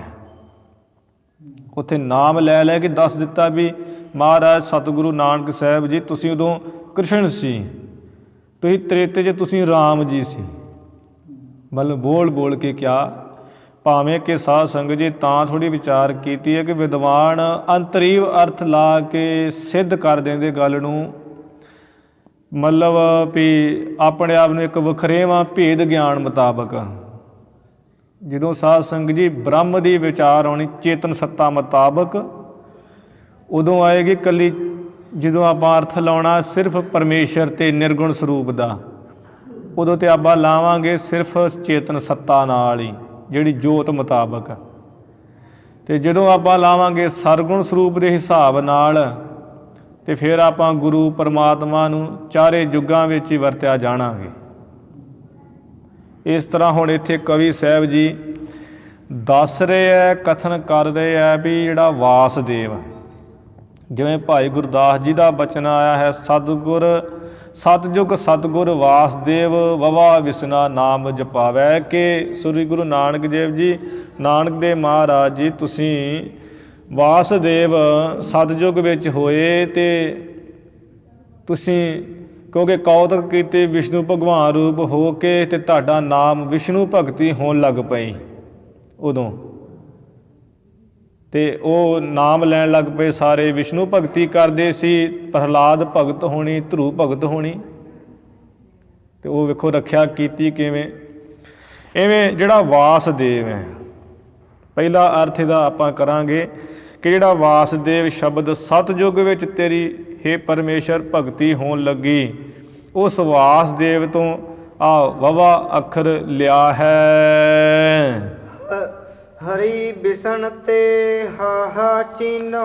ਫਿਰ ਦੁਆਪਰ ਸਤਿਗੁਰ ਹਰੇ ਕ੍ਰਿਸ਼ਨ, ਦੁਆਪਰ ਦੇ ਵਿੱਚ ਤੁਸਾਂ ਨੇ ਜਿਹੜਾ ਹੈ ਹਰੀ ਨਾਮ ਰਖਵਾਇਆ, ਤੇ ਉਹ ਵੀ ਵਿਸ਼ਨੂੰ ਦਾ ਅਵਤਾਰ ਸੀ ਕ੍ਰਿਸ਼ਨ ਭਗਵਾਨ। ਇਵੇਂ ਹਰੀ ਰੂਪ ਹੋ ਕੇ ਤੁਸਾਂ ਨੇ ਜਿਹੜਾ ਨਾਮ ਤੁਹਾਡਾ ਜਪਿਆ ਜਾਂਦਾ ਸੀ, ਹਰ ਹਰ ਕਹਿੰਦੇ ਸੀ ਸਾਰੇ, ਤੇ ਤ੍ਰੇਤੇ ਵਿੱਚ ਵੀ ਹਰ ਹਰ ਕਿਹਾ ਜਾਂਦਾ ਸੀ। ਅੱਗੇ ਕਵੀ ਸਾਹਿਬ ਜੀ ਨੇ ਉਹ ਬਿਆਨ ਕਰ ਦੇਣਾ ਹੈ। ਇਵੇਂ ਜਾਂ ਤ੍ਰੇਤੇ 'ਚ ਜਾਂ ਦੁਆਪਰ 'ਚ ਸਮਝ ਲਓ ਕਿ ਪਰਮੇਸ਼ਰ ਤੇਰਾ ਨਾਮ ਹਰੀ ਹਰੀ ਕਰਕੇ ਵਿਸ਼ਨ ਵਿਸ਼ਨ ਕਰਕੇ ਲਿਆ ਜਾਂਦਾ ਸੀ। ਉਸ ਹਰੀ ਵਿਸ਼ਨ ਨਾਮ ਤੋਂ ਹਾਹਾ ਅੱਖਰ ਲਿਆ ਹੈ। ਹੇ ਵਿਦਵਾਨੋ ਚੀਨੋ ਕਹੀਏ ਜਾਣ ਲੋ। ਗੱਗਾ ਗੋਬਿੰਦ ਤੇ ਲਿਓ ਜਾਨੋ। ਤੇ ਗੱਗਾ ਜਿਹੜਾ ਅੱਖਰ ਹੈ ਵਾਹਿਗੁਰੂ ਵਿੱਚ ਆਉਂਦਾ, ਉਹ ਗੋਬਿੰਦ ਤੇ ਲਿਆ ਜਾਨੋ। ਭਾਈ ਗੁਰਦਾਸ ਜੀ ਵੱਲੋਂ ਤੇ ਇਵੇਂ ਹੀ ਹੈ ਕਿ ਕਲਯੁਗ ਨਾਨਕ ਗੁਰ ਗੋਬਿੰਦ, ਗੱਗਾ ਗੋਬਿੰਦ ਨਾਮ ਅਲਾਵੈ। ਫਿਰ ਤੇ ਕਲਯੁਗ ਤੋਂ ਗੱਗਾ ਅੱਖਰ ਲਿਆ ਜਾਵੇਗਾ ਉਸ ਮੁਤਾਬਕ, ਜਾਂ ਸਿੱਧਾ ਜਿਹਾ ਵੀ ਗੋਬਿੰਦ ਨਾਮ ਦੁਆਪਰ ਦੇ ਵਿੱਚ ਕ੍ਰਿਸ਼ਨ ਭਗਵਾਨ ਨੂੰ ਕਿਹਾ ਜਾਂਦਾ ਸੀ, ਕਿਉਂਕਿ ਦੁਆਪਰ ਦਾ ਜਿਹੜਾ ਸਾਰੀ ਜਿਹੜੀ ਜਨਤਾ ਸੀ, ਜਿਹੜਾ ਧਰਤੀ ਮੰਡਲ ਦੇ ਮਾਤ ਲੋਕ ਤੇ ਰਹਿਣ ਵਾਲੇ ਸੀ, ਉਹਨਾਂ ਕ੍ਰਿਸ਼ਨ ਭਗਵਾਨ ਦੇ ਕੌਤਕ ਵੇਖੇ ਤੇ ਉਹਦਾ ਨਾਮ ਗੋਬਿੰਦ ਰੱਖ ਕੇ ਗੋਬਿੰਦ ਗੋਬਿੰਦ ਕਰਨ ਲੱਗ ਪਏ। ਉਸ ਪਰ ਭਾਵੇਂ ਨਾਮ ਲੈਂਦੇ ਕ੍ਰਿਸ਼ਨ ਭਗਵਾਨ ਦਾ, ਸੱਤਾ ਕਿਹਦੀ ਹੈ? ਪਰਮਾਤਮਾ ਦੀ, ਜਿਹਦੇ ਕਰਕੇ ਗੋਬਿੰਦ ਨਾਮ ਜਪਿਆ ਜਾਂਦਾ ਸੀ। ਉੱਥੋਂ ਗੱਗਾ ਅੱਖਰ ਲਿਆ। ਰਾਰਾ ਰਾਮਚੰਦ ਮਨ ਮਾਨੋ। ਤੇ ਜਿਹੜਾ ਰਾਰਾ ਅੱਖਰ ਹੈ, ਤ੍ਰੇਤੇ ਦੇ ਵਿੱਚ ਪੂਜਾ ਸੀ ਸ਼੍ਰੀ ਰਾਮਚੰਦਰ ਭਗਵਾਨ ਦੀ। ਤ੍ਰੇਤੇ ਵਿੱਚ ਪਰਮੇਸ਼ਰ ਨੇ ਆਪਣਾ ਅਵਤਾਰ ਧਾਰਨ ਕੀਤਾ ਸ਼੍ਰੀ ਰਾਮਚੰਦਰ ਵਿੱਚ ਜੋਤ ਪਾ ਕੇ, ਤੇ ਉਹ ਰਾਮਚੰਦਰ ਉਸ ਤ੍ਰੇਤੇ ਤੋਂ ਆ ਮਨ 'ਚ ਮੰਨ ਲਓ, ਮਨ 'ਚ ਜਾਣ ਲਓ ਹੇ ਵਿਦਵਾਨੋ ਕਿ ਰਾਰਾ ਅੱਖਰ ਲਿਆ ਹੈ। ਦੁਬਾਰਾ ਪੜ੍ਹ। ਰਾਰਾ ਰਾਮਚੰਦ ਮਨ ਮਾਨੋ। ਇਹ ਰਾਰਾ ਜਿਹੜਾ ਅੱਖਰ ਹੈ, ਰਾਮ ਜੀ ਕਰਕੇ ਤ੍ਰੇਤੇ ਸਤਿਗੁਰ ਰਾਮ ਜੀ, ਰਾਰਾ ਰਾਮ ਜਪੈ ਸੁਖ ਪਾਵੈ। ਰਾਮ ਰਾਮ ਰਾਮ ਰਾਮ ਭਗਤੀ ਕਰਦੇ ਸੀ ਤ੍ਰੇਤੇ ਯੁੱਗ ਦੇ ਵਿੱਚ। ਉੱਥੋਂ ਰਾਰਾ ਅੱਖਰ ਗੁਰੂ ਨਾਨਕ ਸਾਹਿਬ ਜੀ ਨੇ ਲਿਆ। ਇਹ ਮਨ 'ਚ ਮੰਨ ਲਓ ਵਿਦਵਾਨੋ। ਇਸੇ ਤਰ੍ਹਾਂ ਸਾਧ ਸੰਗਤ ਜੀ, ਹੁਣ ਜਿਹੜੇ ਨਿਰਗੁਣ ਸਰੂਪ ਦੇ, ਇਹ ਸਰਗੁਣ ਸਰੂਪ ਦਾ ਅਰਥ ਹੈ ਸਿੱਧਾ ਜਿਹਾ, ਇਹਨੂੰ ਨਾ ਖੰਡਨ ਕਰਦੇ ਹੋਏ ਜੇ ਵਿਦਵਾਨੀ ਨਾ ਆਪਾਂ ਵੀ ਦਿਖਾਈਏ ਤੇ, ਕਿਉਂਕਿ ਜੋ ਪ੍ਰਤੱਖ ਹੈ ਉਹ ਪ੍ਰਤੱਖ ਹੈ। ਜਿਵੇਂ ਹੁਣ ਅਰਥ ਲਾ ਦਿੰਦੇ ਆ ਜੀ, ਹੇ ਪਰਮੇਸ਼ਰ ਤੂੰ ਤੇ ਆ ਜਿਹੜੇ ਪੱਥਰਾਂ ਵਾਂਗ ਜਿਨ੍ਹਾਂ ਦੇ ਚਿੱਤ ਕਠੋਰ ਸੀ ਉਹ ਤੂੰ ਤਾਰ ਦਿੱਤੇ, ਵੀ ਉਹਨਾਂ ਨੂੰ ਤਾਰ ਦਿੱਤਾ ਜਿਨ੍ਹਾਂ ਦੇ ਚਿੱਤ ਪੱਥਰਾਂ ਵਰਗੇ ਸੀ। ਪਰ ਉਹਦਾ ਪਹਿਲਾ ਅਰਥ ਤਾਂ ਇਹੀ ਹੈ ਸਾਧ ਸੰਗਤ ਜੀ ਕਿ ਹੇ ਪਰਮੇਸ਼ਰ ਤੂੰ ਆਪਣੇ ਨਾਮ ਦੇ ਨਾਲ ਤ੍ਰੇਤੇ ਵਿੱਚ ਤੂੰ ਪੱਥਰ ਤਾਰ ਦਿੱਤੇ ਸਮੁੰਦਰ ਦੇ ਉੱਪਰ ਪ੍ਰਤੱਖ ਤੌਰ 'ਤੇ। ਜਿਹੜੇ ਪ੍ਰਤੱਖ ਤੌਰ 'ਤੇ ਤਾਰੇ ਪਹਿਲਾਂ ਉਹਦਾ ਕਥਨ, ਫਿਰ ਸਾਧ ਸੰਗਤ ਜੀ ਅੰਤਰੀ ਅਰਥ ਲੱਗਦਾ ਹੈ। ਜਿਵੇਂ ਗੁਰੂ ਨਾਨਕ ਸਾਹਿਬ ਜੀ ਜਿੰਨੀ ਬਾਣੀ ਹੈ ਪਹਿਲਾਂ ਬਾਹਰੀ ਅਰਥ ਹੈ ਫਿਰ ਅੰਤਰੀ ਅਰਥ ਹੈ। ਭਗਤਾਂ ਦੀ ਬਾਣੀ ਪਹਿਲਾਂ ਬਾਹਰੀ ਅਰਥ ਹੈ ਫਿਰ ਅੰਤਰੀ ਅਰਥ ਹੈ। ਮਤਲਬ ਕਿ ਸੰਪੂਰਨ ਬਾਣੀ ਦਾ ਇਹ ਪਹਿਲਾਂ ਬਾਹਰੀ ਅਰਥ ਫਿਰ ਅੰਤਰੀ ਅਰਥ ਹੈ। ਇਸੇ ਤਰ੍ਹਾਂ ਇਹ ਪਹਿਲਾਂ ਜਿਵੇਂ ਜੁਗਾਂ ਜੁਗਾਂ 'ਚ ਅਵਤਾਰ ਆਏ ਹੈ, ਉਹ ਅਵਤਾਰਾਂ ਨੂੰ ਵੇਖ ਵੇਖ ਕੇ ਜਿਵੇਂ ਨਾਮ ਜਪਿਆ ਹੈ ਸੰਸਾਰ ਮੰਡਲ ਨੇ ਚੌਵੇਂ ਜੁਗਾਂ ਨੇ, ਉਹਦਾ ਅਰਥ ਪਹਿਲੇ ਮੁਤਾਬਕ ਸਰਗੁਣ ਸਰੂਪ ਦਾ, ਹੁਣ ਨਿਰਗੁਣ ਸਰੂਪ ਪਰਮੇਸ਼ਰ ਦੀ ਚੇਤਨ ਸੱਤਾ ਦਾ ਹੀ ਇਹ ਅਰਥ ਹੈ। ਇਸੇ ਤਰ੍ਹਾਂ ਦੁਬਾਰਾ ਪੜ੍ਹੋ ਜੀ। ਰਾਰਾ ਰਾਮਚੰਦ ਮਨ ਮਾਨੋ। ਪੌੜੀ ਦੁਬਾਰਾ ਪੜ੍ਹੋ ਸਾਰੀ। ਚੌਪਈ ਵਵਾ ਵਾਸਦੇਵ ਤੇ ਲੀਨੋ। ਇਸ ਤਰ੍ਹਾਂ ਗੁਰੂ ਨਾਨਕ ਸਾਹਿਬ ਜੀ ਨੇ ਸਾਧ ਸੰਗਤ ਜਿਹੜਾ ਵਵਾ ਅੱਖਰ ਹੈ, ਜਿਹੜਾ ਸਤਿਯੁਗ ਦੇ ਵਿੱਚ ਪਰਮੇਸ਼ਰ ਦਾ ਨਾਮ ਵਾਸਦੇਵ ਸੀ, ਉਸ ਵਾਸਦੇਵ ਤੋਂ ਵਵਾ ਅੱਖਰ ਲਿਆ ਹੈ ਕਿ ਵਾਸਦੇਵ ਜਿਹੜਾ ਸਾਰਿਆਂ ਨੂੰ ਆਪਣੇ ਵਿੱਚ ਵਾਸਾ ਦੇ ਰਿਹਾ ਹੈ ਉਹ ਕੌਣ ਹੈ? ਪਰਮਾਤਮਾ ਵਿਆਪਕ ਰੂਪ ਵਿੱਚ। ਤੇ ਇਸੇ ਤਰ੍ਹਾਂ ਜਿਹਨੇ ਸਾਰਿਆਂ ਨੂੰ ਆਪਣੇ ਵਿੱਚ ਵਾਸਾ ਦਿੱਤਾ ਤੇ ਜਿਹੜਾ ਸਾਰਿਆਂ ਵਿੱਚ ਹੀ ਵਾਸ ਕਰ ਰਿਹਾ ਹੈ, ਹਿਰਦਿਆਂ ਦੇ ਵਿੱਚ ਸਰੀਰਾਂ ਘਟ ਘਟ ਮੈਂ ਹਰ ਜੂ ਬਸੈ, ਉਹ ਵਾਸਦੇਵ ਪਰਿਪੂਰਨ ਪਰਮੇਸ਼ਰ ਪੂਰਨ ਬ੍ਰਹਮ, ਉਹ ਹੈ ਵਾਸਦੇਵ। ਇੱਥੇ ਵੇਖੋ ਕ੍ਰਿਸ਼ਨ ਭਗਵਾਨ ਨੇ ਵੀ ਗੀਤਾ ਦੇ ਵਿੱਚ ਇਵੇਂ ਉਹ ਬਚਨ ਲਿਖੇ ਹੈ ਕਿ ਵਾਸਦੇਵ ਸਰਵ ਮਿੱਤੀ ਸਾ ਮਹਾਤਮ ਸਹਿ ਦੁਰਲਭ ਹੈ, ਕਿ ਵਾਸਦੇਵ ਜੋ ਪਰਮ ਜੋਤ ਹੈ ਪਰਮੇਸ਼ਰ ਪੂਰਨ ਬ੍ਰਹਮ, ਉਹ ਸਾਰੇ ਸਮਾਰਿਆ ਹੈ। ਸਾ ਮਹਾਤਮਾ, ਜਿਹੜੇ ਮਹਾਤਮਾ ਜਨ ਹੈ ਉਹ ਇਹ ਸਮਝਦੇ ਜਾਣਦੇ ਆ ਸਾ ਸਹਿ ਦੁਰਲਭ ਹੈ, ਪਰ ਹੈ ਬੜਾ ਉਹ ਦੁਰਲਭ। ਇਹ ਗੀਤਾ ਦੇ ਵਿੱਚ ਇਉਂ ਲਿਖਿਆ ਆਉਂਦਾ ਹੈ। ਤੇ ਵਾਸਦੇਵ ਕਹੀਦਾ ਹੈ ਸਾਧ ਸੰਗਤ ਜੀ ਜਿਹੜਾ ਪਰਿਪੂਰਨ ਹੈ, ਜਿਹਨੇ ਸਾਰਿਆਂ ਵਿੱਚ ਵਾਸਾ ਕੀਤਾ ਹੈ ਵਿਆਪਕ ਰੂਪ ਵਿੱਚ, ਤੇ ਜਿਸ ਨੇ ਸਾਰਿਆਂ ਨੂੰ ਆਪਣੇ ਵਿੱਚ ਨਿਵਾਸ ਦਿੱਤਾ ਹੈ। ਗੁਰਬਾਣੀ 'ਚ ਵੀ ਬਚਨ ਆਉਂਦੇ ਹੈ ਕਿ ਗੁਰੂ ਅਰਜਨ ਸਾਹਿਬ ਜੀ ਦੇ ਬਚਨ ਆਉਂਦੇ ਹੈ, ਵਾਸਦੇਵ ਸਰਬੱਤਰ ਮੈਂ ਊਨ ਨਾ ਕਤਹੂ ਉਠਾਏ, ਕਿ ਪਰਮੇਸ਼ਰ ਜਿਹੜਾ ਵਾਸਦੇਵ ਹੈ ਉਹ ਸਾਰਿਆਂ 'ਚ ਵਸਿਆ ਹੋਇਆ, ਊਨ ਨਾ ਕਤਹੂ ਉਠਾਏ, ਕੋਈ ਵੀ ਥਾਂ ਊਣੀ ਨਹੀਂ ਹੈ, ਉਹ ਹੈ ਵਾਸਦੇਵ ਪਰਮੇਸ਼ਰ। ਪਰਮੇਸ਼ਰ ਦਾ ਨਾਮ ਸਤਿਯੁਗ ਵਿੱਚ ਵਾਸਦੇਵ ਜਪਿਆ ਜਾਂਦਾ ਸੀ, ਤੇ ਉਸ ਵਾਸਦੇਵ ਅੱਖਰ ਤੋਂ ਆ ਵਵਾ ਅੱਖਰ ਵਾਹਿਗੁਰੂ ਸ਼ਬਦ ਦਾ ਲਿਆ ਹੈ। ਹਰੀ ਬਿਸਨ ਤੇ ਹਾਹਾ ਚੀਨੋ। ਤੇ ਹਰੀ ਜੋ ਤ੍ਰੇਤੇ ਵਿੱਚ ਹਰੀ ਹਰੀ ਵੀ ਕਰਦੇ ਸੀ ਤੇ ਰਾਮ ਰਾਮ ਵੀ ਕਰਦੇ ਸੀ। ਇਵੇਂ ਹਰੀ ਜੋ ਹਰ ਵੇਲੇ ਜਪਣੇ ਯੋਗ ਹੈ, ਜੋ ਹਰੀ ਜੋ ਕਹੀਏ ਮਨ ਤੇ ਇਸੇ ਤਰ੍ਹਾਂ ਸਾਰੇ ਪਾਪਾਂ ਨੂੰ ਜੋ ਹਰ ਦੇਣ ਵਾਲਾ ਹੈ ਤੇ ਸੁੱਖਾਂ ਵਿੱਚ ਹਰਿਆ ਭਰਿਆ ਕਰ ਦੇਣ ਵਾਲਾ ਹੈ, ਉਹ ਹਰੀ। ਵਿਸ਼ ਨਾਮ ਕੀ ਹੈ? ਵਿਸ਼ ਨਾਮ ਸੰਸਾਰ ਦਾ ਹੈ, ਵਿਸ਼ਵ ਦਾ ਹੈ, ਤੇ ਨਾਮ ਚੇਸ਼ਟਾ ਦਾ ਹੈ, ਜੋ ਸਾਰੇ ਵਿਸ਼ਵ ਵਿੱਚ ਚੇਸ਼ਟਾ ਕਰ ਰਿਹਾ, ਭਾਵ ਜਿਹੜਾ ਸਰਬ ਥਾਂ ਹੀ ਵਿਆਪਕ ਹੈ। ਜੋ ਸਰਬ ਥਾਂ ਵਿਆਪਕ ਹੈ ਉਹ ਹੈ ਹਰੀ ਬਿਸ਼ਨ। ਤੇ ਜਾਂ ਇਵੇਂ ਸਮਝ ਲੈਣਾ ਕਿ ਜੋ ਹਰੀ ਹੈ ਪਰਮਾਤਮਾ, ਜਿਸ ਨੇ ਸਾਧ ਸੰਗਤ ਜੀ ਸਾਰੇ ਪਾਪਾਂ ਨੂੰ ਹਰ ਦਿੱਤਾ ਹੈ ਤੇ ਬਿਸ਼ਨ ਨਾਮ ਵਿਆਪਕਤਾ ਹੈ।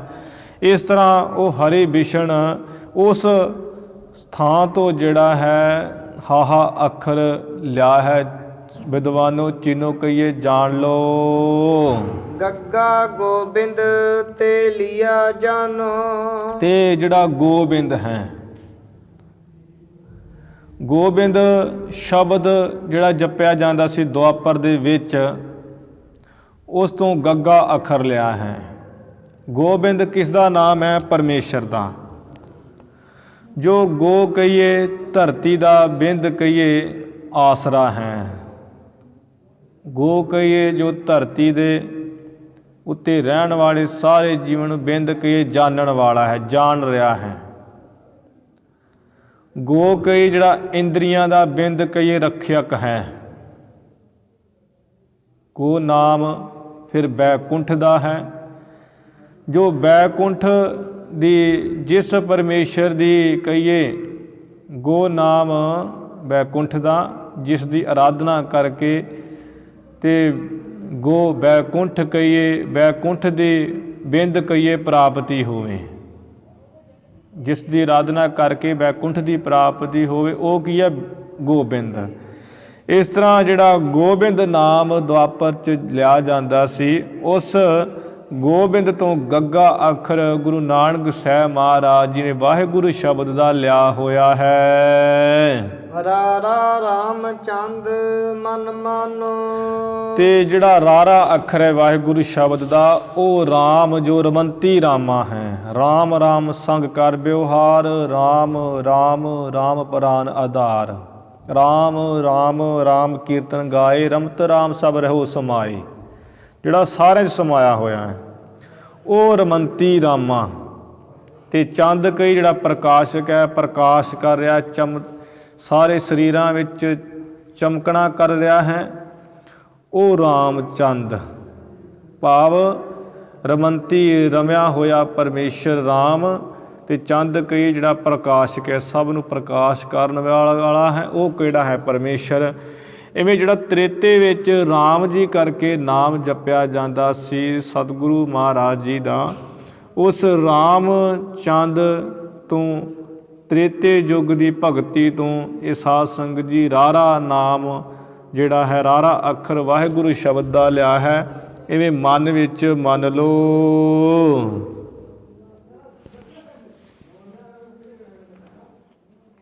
ਕਰ ਗਈ।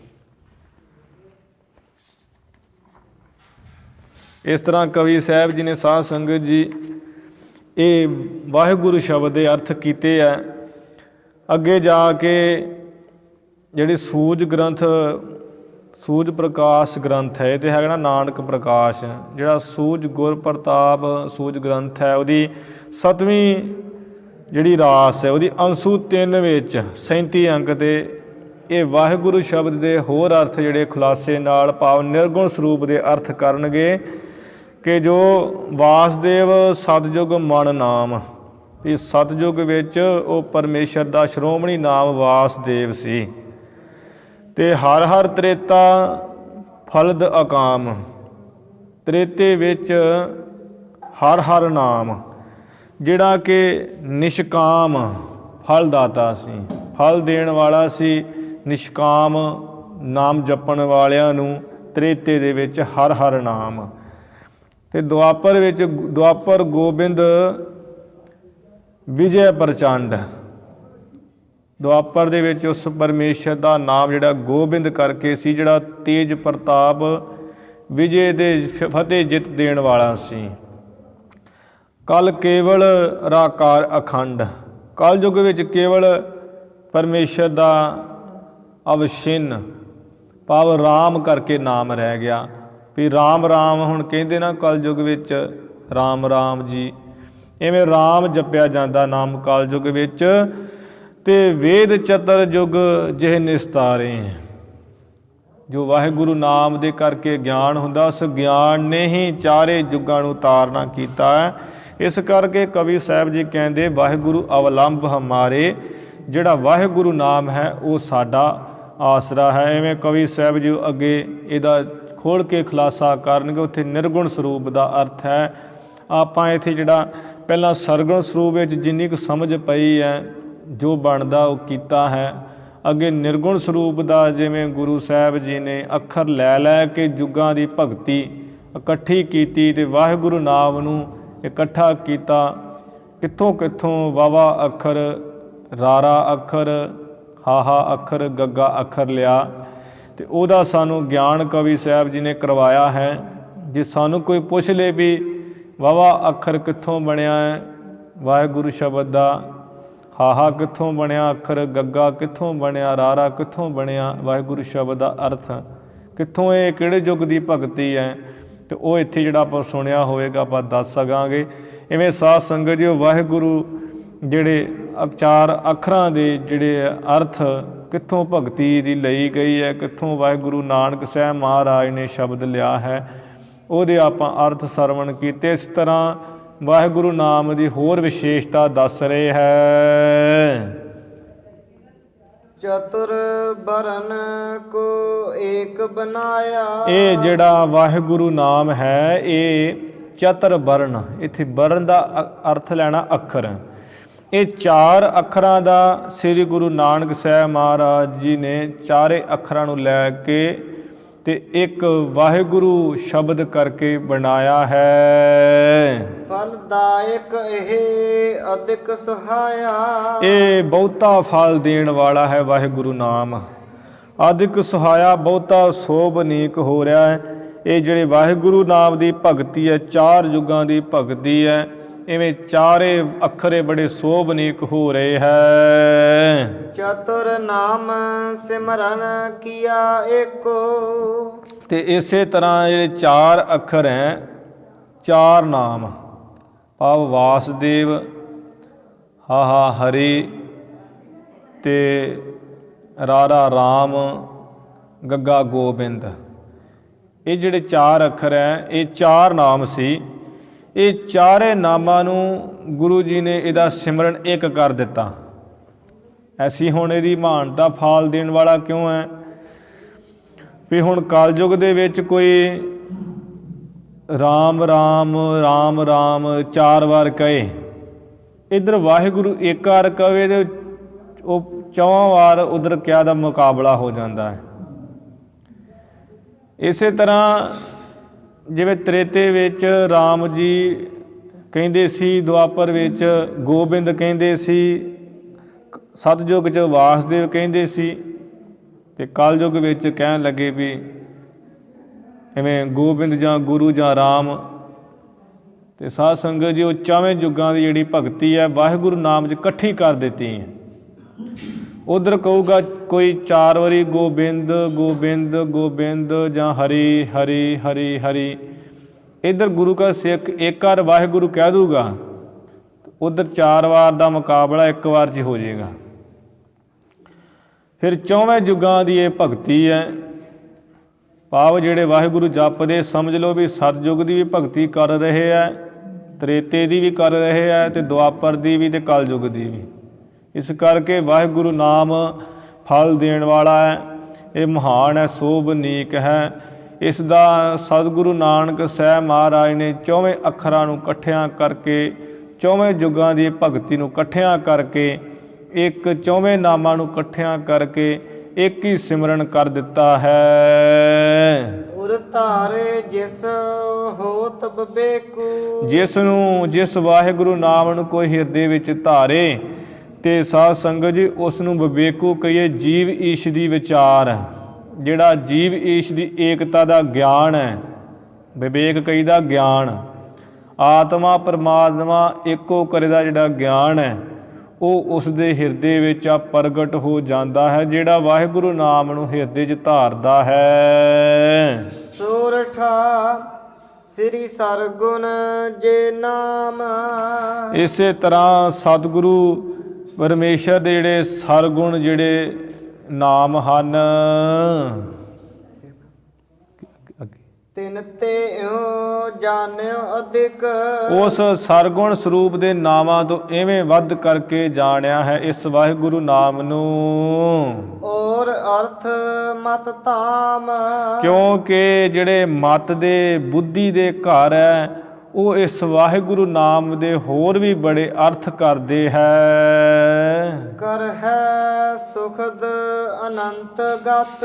ਅਨੰਤ ਗਤ ਕਹੀਏ ਅਨੇਕਾਂ ਤਰ੍ਹਾਂ ਦੇ ਸੁਖਦਾਈ ਹੋਰ ਅਰਥ ਕਰਦੇ ਵਿਦਵਾਨ ਵਾਹਿਗੁਰੂ ਸ਼ਬਦ ਦੇ ਬੜੇ ਅਰਥ ਹੈ। ਕਵੀ ਸਾਹਿਬ ਜੀ ਕਹਿੰਦੇ ਇੱਥੇ ਮੈਂ ਤੇ ਸੰਖੇਪ ਵਿੱਚ ਹੀ ਦੱਸਿਆ ਹੈ, ਪਰ ਕਹਿੰਦੇ ਇਸ ਦੇ ਵਿਦਵਾਨ ਹੋਰ ਵੀ ਅਰਥ ਕਰਦੇ ਹੈ। ਇੱਕ ਪੰਡਿਤ ਈਸ਼ਰ ਸਿੰਘ ਜੀ ਹੋਏ ਆ ਸਾਧ ਸੰਗਤ ਜੀ, ਉਹਨਾਂ ਨੇ ਵਾਹਿਗੁਰੂ ਸ਼ਬਦ ਦੇ 500 ਅਰਥਾਂ ਦੀ ਇੱਕ ਪੋਥੀ ਲਿਖੀ ਸੀ। ਵਾਹਿਗੁਰੂ ਸ਼ਬਦ ਦੇ 500 ਅਰਥ ਕੀਤੇ ਸੀ ਉਸ ਮਹਾਂਪੁਰਸ਼ਾਂ ਨੇ, ਸੰਤ ਪੰਡਿਤ ਈਸ਼ਰ ਸਿੰਘ ਜੀ ਨੇ।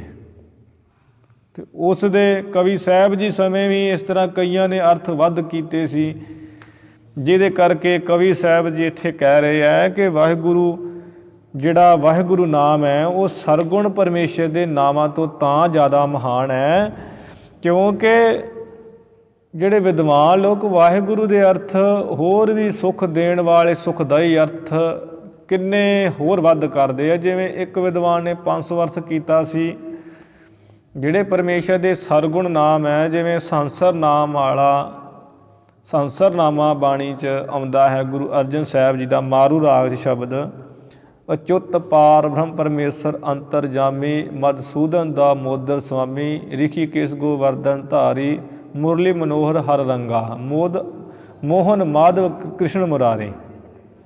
ਵੀ ਮੋਹਨ ਮਨ ਨੂੰ ਮੋਹ ਲੈਣ ਵਾਲੇ, ਇਸ ਤਰ੍ਹਾਂ ਮਾਧਵ ਮਾਇਆ ਦੇ ਪਤੀ, ਫਿਰ ਕ੍ਰਿਸ਼ਨ ਰੂਪ ਹੋ ਕੇ ਫਿਰ ਮੁਰਾਰੀ ਦੈਂਤ ਨੂੰ ਮਾਰ ਕੇ ਮੁਰਾਰੀ ਨਾਮ ਪੈ ਗਿਆ। ਦਮੋਦਰ ਪੇਟ 'ਤੇ ਰੱਸੀਆਂ ਬਣਾਈਆਂ ਸੀ ਉਹ ਦਮੋਦਰ ਨਾਮ ਪੈ ਗਿਆ। ਇਸੇ ਤਰ੍ਹਾਂ ਉਹ ਪਾਪੀਆਂ ਨੂੰ ਜਿਹੜਾ ਪਵਿੱਤਰ ਕਰ ਦਿੱਤਾ ਤੇ ਪਤਤ ਪਾਵਨ ਨਾਮ ਪੈ ਗਿਆ। ਇਵੇਂ ਹੋਰ ਵੀ ਮਧਸੂਦਨ ਨਾਮ ਪੈ ਗਿਆ। ਇਹ ਜਿਹੜੇ ਨਾਮ ਹੈ ਕੀਰਤਮ ਨਾਮ ਹੈ। ਨੀਲਕੰਠ ਪੈ ਗਿਆ, ਨਾਰਾਇਣ ਨਾਮ ਪੈ ਗਿਆ ਕਿਉਂਕਿ ਪਾਣੀ 'ਚ ਘਰ ਹੋਣ ਕਰਕੇ। ਇਵੇਂ ਪਰਮੇਸ਼ਰ ਦੇ ਇਹ ਸਰਗੁਣ ਸਰੂਪ ਦੇ ਨਾਮ ਹੈ। ਅਤੇ ਕਵੀ ਸਾਹਿਬ ਜੀ ਕਹਿੰਦੇ ਸਰਗੁਣ ਸਰੂਪਾਂ ਦੇ ਨਾਮ ਤੋਂ, ਕਿਉਂਕਿ ਕੋਈ ਕਹੀ ਜਾਵੇ ਹਰੇ ਕ੍ਰਿਸ਼ਨ ਹਰੇ ਕ੍ਰਿਸ਼ਨ ਹਰੇ ਕ੍ਰਿਸ਼ਨ, ਅਤੇ ਉਹ ਉੱਧਰ 4 ਵਾਰ ਕਹੇਗਾ, ਇੱਧਰ ਵਾਹਿਗੁਰੂ 1 ਵਾਰ ਕਹਿ ਦੇਗਾ ਤਾਂ ਇੱਕ ਸਮਾਨ ਹੈ। ਇਵੇਂ ਵਾਹਿਗੁਰੂ ਨਾਮ ਦੀ ਵਿਸ਼ੇਸ਼ਤਾ ਜ਼ਿਆਦਾ ਹੈ। ਫਿਰ ਵਾਹਿਗੁਰੂ ਜਿਹੜਾ ਨਾਮ ਹੈ ਉਹ ਵਿਵੇਕ ਬਖਸ਼ਦਾ ਹੈ, ਮੁਕਤੀ ਦਾ ਦਾਨ ਦਿੰਦਾ, ਗਿਆਨ ਕਰਾਉਂਦਾ ਹੈ। ਭਾਵ ਜਿਹੜੀਆਂ 4 ਮੁਕਤੀਆਂ ਉਹਨਾਂ ਤੋਂ ਉੱਤੇ ਹੈ ਵਾਹਿਗੁਰੂ ਦਾ ਨਾਮ, ਕੇਵਲ ਮੁਕਤੀ ਬਖਸ਼ਣ ਵਾਲਾ ਹੈ। ਤਾਂ ਕਰਕੇ ਕਹਿੰਦੇ ਜਿਹੜੇ ਮੱਤ ਦੇ ਧਾਮ ਘਰ ਹੈ, ਬੁੱਧੀ ਦੇ ਘਰ, ਉਹ ਵਾਹਿਗੁਰੂ ਸ਼ਬਦ ਦੇ ਹੋਰ ਅਰਥ ਕਰਦੇ ਹੈ। ਆ ਸੁੱਖਾਂ ਨੂੰ ਦੇਣ ਵਾਲੇ ਤੇ ਅਨੰਤ ਤਰ੍ਹਾਂ ਨਾਲ। ਦੋਹਰਾ ਬੀਜ ਮੰਤਰ ਬਰ ਨਾਮ ਹੈ। ਫਿਰ ਵਾਹਿਗੁਰੂ ਜਿਹੜਾ ਸ੍ਰੇਸ਼ਟ ਨਾਮ ਹੈ ਤੇ ਬੀਜ ਮੰਤਰ ਹੈ। ਜਿਵੇਂ ਬੀਜ ਬੀਜਿਆ ਜਾਵੇ ਤੇ ਸਾਧ ਸੰਗਤ ਜੋ ਬੀਜ ਤੋਂ ਹੀ ਸਾਰਾ ਰੁੱਖ ਤਾਂ ਨੂੰ ਖੜਾ ਹੋ ਜਾਂਦਾ ਹੈ। ਕਰੁੰਬਲ ਨਿਕਲਦੇ ਹੈ, ਅੰਕੁਰ ਫੁੱਟਦੇ ਹੈ, ਫਿਰ ਥੋੜ੍ਹੀਆਂ ਸ਼ਾਖਾਵਾਂ ਨਿਕਲਦੀਆਂ ਹੈ, ਅਗਲੇ ਬੰਨੇ ਜਾ ਕੇ ਉਹਦੇ ਖਿਲਰ ਜਾਂਦਾ, ਫਿਰ ਫੁੱਲ ਨਿਕਲਦੇ, ਫਿਰ ਫਲ ਨਿਕਲਦੇ ਹੈ। ਇਵੇਂ ਵਾਹਿਗੁਰੂ ਨਾਮ ਤੋਂ ਹੀ ਸਭ ਕੁਝ ਪੈਦਾ ਹੁੰਦਾ ਹੈ। ਜਿਵੇਂ ਗੁਰਬਾਣੀ ਵਿੱਚ ਇੱਕ ਓੰਕਾਰ ਹੈ, ਉਹ ਕੀ ਹੈ? ਬੀਜ ਮੰਤਰ। ਇੱਕ ਓੰਕਾਰ ਤੋਂ ਹੀ ਅੱਗੇ ਮੂਲ ਮੰਤਰ ਹੈ। ਮੂਲ ਮੰਤਰ ਤੋਂ ਅੱਗੇ ਸਾਰਾ ਜਪਜੀ ਸਾਹਿਬ ਹੈ। ਜਪਜੀ ਸਾਹਿਬ ਤੋਂ ਅੱਗੇ ਸਾਰੀ ਬਾਣੀ ਹੈ। ਇੱਕ ਓੰਕਾਰ ਤੋਂ ਹੀ ਸਾਰੀ ਬਾਣੀ ਦੀ ਉਤਪਤੀ ਹੈ। ਉਹ ਕੀ ਬੀਜ ਹੋ ਗਿਆ, ਬੀਜ ਤੋਂ ਸਭ ਅਗਲੇ ਬੰਨੇ ਬਾਣੀ ਹੋਰ। ਇਵੇਂ ਜਿਹੜਾ ਵਾਹਿਗੁਰੂ ਸ੍ਰੇਸ਼ਟ ਨਾਮ ਹੈ, ਬੀਜ ਮੰਤਰ ਹੈ। ਕਿਵੇਂ ਬੀਜ ਮੰਤਰ ਹੈ? ਜਿਵੇਂ ਵਾਸੁਦੇਵ ਹੈ, ਗੋਬਿੰਦ ਹੈ, ਹਰੀ ਹੈ, ਰਾਮ ਹੈ, ਉਹਨਾਂ 4 ਅੱਖਰਾਂ ਦਾ ਇੱਕ ਅੱਖਰ ਲਿਆ ਹੈ, ਬੀਜ ਮੰਤਰ ਆਪੇ ਹੋ ਗਿਆ। ਫਿਰ 4 ਯੁੱਗਾਂ ਦੀ ਭਗਤੀ ਹੈ, ਇਹਦੇ ਵਿੱਚ ਹੀ ਇੱਕ ਇੱਕ ਅੱਖਰ 'ਚ ਹੀ 4 ਯੁੱਗਾਂ ਦੀ ਭਗਤੀ, 24 ਯੁੱਗਾਂ ਦੀ, ਅਤੇ ਉਹ 24 ਯੁੱਗਾਂ ਦਾ ਬੀਜ ਰੱਖਦਾ ਹੈ। ਇਵੇਂ ਜਿਹੜਾ ਵਾਹਿਗੁਰੂ ਸ੍ਰੇਸ਼ਟ ਨਾਮ ਹੈ ਅਤੇ ਸਾਧ ਸੰਗਤ ਜੀ ਇਹ ਬੀਜ ਮੰਤਰ ਹੈ। ਰਿਦਨ ਸਿੱਧਨ ਧਾਮ, ਜਾਂ ਬੀਜ ਮੰਤਰ ਇਵੇਂ ਵੀ ਜਿਹੜਾ ਕੋਈ ਜ਼ਰੂਰੀ ਹਿੱਸਾ ਹੁੰਦਾ ਜਿਹਦੇ ਤੋਂ ਸਾਰੀ ਉਤਪਤੀ ਹੋਣੀ ਹੈ। ਜਿਵੇਂ ਕਿ ਕਿਸੇ ਦੇਵਤੇ ਦਾ ਮੰਤਰ ਹੋਵੇ ਲਿਆ, ਉਹਦੀ ਸਿੱਧੀ ਪ੍ਰਾਪਤੀ ਲਈ ਜਪਿਆ ਜਾਵੇ। ਅਤੇ ਇਹ ਜਿਹੜਾ ਵਾਹਿਗੁਰੂ ਮੰਤਰ ਹੈ ਇਹ ਸਾਧ ਸੰਗਤ ਜੀ ਪਹਿਲਾਂ ਹੀ ਸਿੱਧ ਕੀਤਾ ਹੋਇਆ ਹੈ। ਗੁਰੂ ਨਾਨਕ ਸਾਹਿਬ ਮਹਾਰਾਜ ਸ੍ਰੀ ਸਰਬਲੋਕ ਗ੍ਰੰਥ ਵਿੱਚ ਬਚਨ ਆਉਂਦੇ ਹੈ ਅਤੇ ਵਾਹਿਗੁਰੂ ਸੱਚੇ ਪਾਤਸ਼ਾਹ ਜੀ ਨੇ 36 ਯੁੱਗ 9 ਯੁੱਗ ਇੱਕ ਅੱਖਰ ਦਾ ਅਭਿਆਸ ਕੀਤਾ। ਗੁਰੂ ਨਾਨਕ ਸਾਹਿਬ ਜੀ ਨੇ ਜਦੋਂ ਅਰਬਦ ਨਰਬਦ ਧੁੰਦੂ ਘਾਰਾ ਕੁਝ ਵੀ ਨਹੀਂ ਸੀ, ਅਤੇ ਗੁਰੂ ਸਾਹਿਬ ਜੀ ਨੇ ਵਾਹ ਵਾਹ ਵਾਹ ਵਾਹ ਇਵੇਂ 9 ਯੁੱਗ ਕੀਤਾ। ਫਿਰ ਹੇ ਇਵੇਂ 9 ਯੁੱਗ, ਫਿਰ ਗੋ ਗੋ ਗੋ, ਫਿਰ ਰੂ ਰੂ ਰੂ ਰੂ, ਇਵੇਂ ਇੱਕ ਇੱਕ ਯੁੱਗ ਨੂੰ 9 ਯੁੱਗ ਮਹਾਰਾਜ ਜੀ ਨੇ ਸਿੱਧ ਕੀਤਾ, ਪਹਿਲਾਂ ਜਪਿਆ ਹੈ ਵਾਹਿਗੁਰੂ ਮੰਤਰ ਨੂੰ। ਫਿਰ ਇਸ ਨੂੰ ਸਿੱਧ ਕਰਕੇ ਜਪ ਕੇ ਫਿਰ ਦਿੱਤਾ ਹੈ। ਤਾਂ ਹੀ ਹੁਣ ਵਾਹਿਗੁਰੂ ਮੰਤਰ ਦੀ ਕੋਈ ਸਿੱਧੀ ਨਹੀਂ ਕਰਨੀ ਪੈਂਦੀ। ਭਾਵ ਜਿਹੜੇ ਜਪਦੇ ਵਾਹਿਗੁਰੂ ਮੰਤਰ ਨਾਲ ਬਹੁਤ ਜਲਦੀ ਪ੍ਰਾਪਤੀ ਹੈ। ਸਾਧ ਸੰਗਤ ਜੀ ਜੇ ਅਸੀਂ ਧਿਆਨ ਲਾ ਕੇ ਜਪੀਏ ਅੰਮ੍ਰਿਤ ਵੇਲੇ, ਤੇ ਜਿਹੜੇ ਜਪਦੇ ਉਹਨਾਂ ਨੂੰ ਇਸ ਚੀਜ਼ ਦਾ ਗਿਆਨ ਹੈ। ਜਿਹੜੇ ਕਾਰ ਸੇਵਾ ਵਿੱਚ ਜ਼ਿਆਦਾਤਰ ਵਾਹਿਗੁਰੂ ਮੰਤਰ ਦਾ ਅਭਿਆਸ ਕਰਦੇ ਹੈ, ਅਤੇ ਜਿਹੜੇ ਟਕਸਾਲਾਂ ਦੇ ਹੈ ਮਹਾਂਪੁਰਖ ਜ਼ਿਆਦਾ ਉਹ ਮੂਲ ਮੰਤਰ ਦਾ ਅਭਿਆਸ ਕਰਦੇ ਹੈ। ਇਵੇਂ ਵਾਹਿਗੁਰੂ ਮੰਤਰ ਜਿਹੜਾ ਬੀਜ ਮੰਤਰ ਹੈ, ਭਾਵ ਸਿੱਧ ਕੀਤਾ ਹੋਇਆ ਮੰਤਰ ਹੈ, ਇਹਦੇ ਤੋਂ ਸਾਰੀ ਉਤਪਤੀ ਹੈ। ਸਭ ਤੋਂ ਇਹ ਸ੍ਰੇਸ਼ਟ ਨਾਮ ਹੈ ਵਾਹਿਗੁਰੂ ਦੇ 4 ਅੱਖਰ। ਰਿਦਨ ਸਿੱਧਨ ਧਾਮ, ਜੇ ਕੋਈ ਕਵੇ ਵੀ ਆ ਰਿੱਧੀਆਂ ਸਿੱਧੀਆਂ ਜਿਹੜੀਆਂ ਸ਼ਕਤੀਆਂ ਹੈ ਇਹਨਾਂ ਦਾ ਘਰ ਕਿੱਥੇ ਹੈ, ਇਹਨਾਂ ਦਾ ਘਰ ਕੀ ਹੈ? ਵਾਹਿਗੁਰੂ ਨਾਮ ਵਿੱਚ ਹੀ ਹੈ। ਇਹ ਵਾਹਿਗੁਰੂ ਨਾਮ ਵਿੱਚ ਹੀ ਹੈ ਰਿੱਧੀਆਂ ਸਿੱਧੀਆਂ ਸ਼ਕਤੀਆਂ ਸਾਰੀਆਂ ਹੀ। ਅਣਮਾ ਮਹਿਮਾ ਲਗਮਾ ਗਰਮਾ ਪ੍ਰਾਪਤੀ ਪ੍ਰਕਾਮੈ ਈਸ਼ਤਾ ਵਸ਼ਤਾ, ਇਵੇਂ ਜਿੰਨੀਆਂ ਹੀ ਉਹ ਸਿੱਧੀਆਂ 8 ਤੇ ਮੁੱਖ ਹੈ ਅਤੇ 10 ਜਿਹੜੀਆਂ ਗੌਣ ਹੈ। ਤਰ੍ਹਾਂ ਤਰ੍ਹਾਂ ਦੀ ਉਹ ਆਪ ਜੀ ਨੂੰ ਸਰਵਣ ਕਰਾਈਆਂ ਸੀ ਪਿੱਛੇ ਮੰਗਲਾਂ ਵਿੱਚ ਹੀ।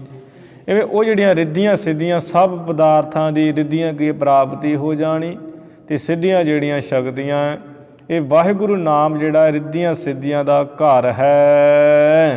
ਮੋਖ ਪਰਮ ਸੁਖ ਦੇਤ ਹੈ। ਫਿਰ ਜਿਹੜਾ ਰਿੱਧੀਆਂ ਸਿੱਧੀਆਂ ਤੋਂ ਉੱਪਰ ਹੈ ਉਹ ਪਰਮ ਸੁਖ, ਵੱਡਾ ਸੁਖ ਜਿਹੜਾ ਮੁਕਤੀ ਦਾ ਹੈ, ਕੈਵਲ ਮੁਕਤੀ। ਉਹ ਮੁਕਤੀ ਦਾ ਸੁਖ ਦੇਣ ਵਾਲਾ ਵਾਹਿਗੁਰੂ ਦਾ ਨਾਮ ਹੈ। ਇੱਕ ਤਾਂ ਬੈਕੁੰਠ ਦੀਆਂ ਜਿਹੜੀਆਂ ਮੁਕਤੀਆਂ 4, ਇੱਕ ਤਾਂ ਉਹ ਹੈ, ਉਹ ਨਹੀਂ। ਉਸੇ ਤੋਂ ਉੱਪਰ ਹੈ ਕੈਵਲ ਮੁਕਤੀ, ਪਰਮੇਸ਼ਰ ਵਿੱਚ ਹੀ ਅਭੇਦ ਹੋ ਜਾਣਾ।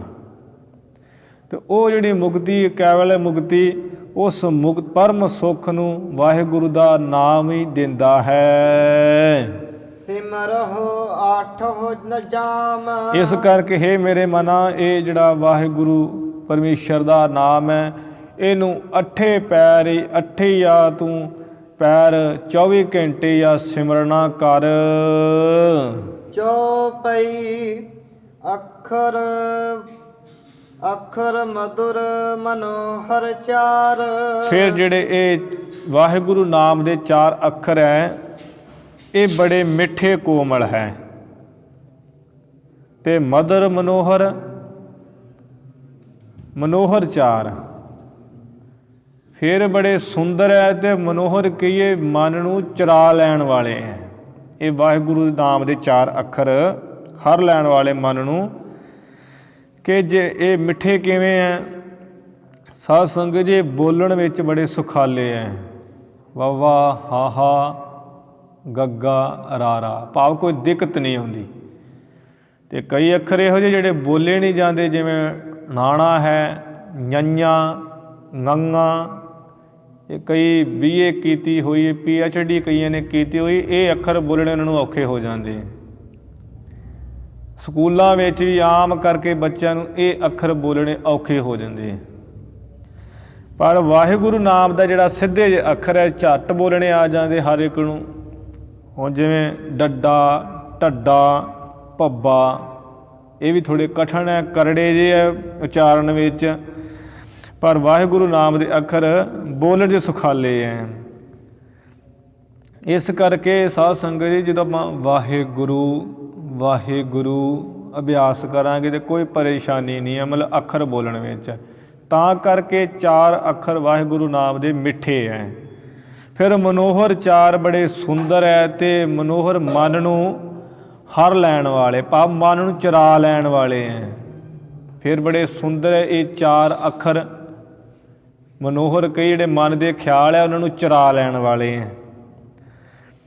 ਅਤੇ ਸਾਧ ਸੰਗਤ ਜਦੋਂ ਨਾਮ ਦਾ ਮਨ ਵਿੱਚ ਨਿਵਾਸ ਕਰਦਾ ਏ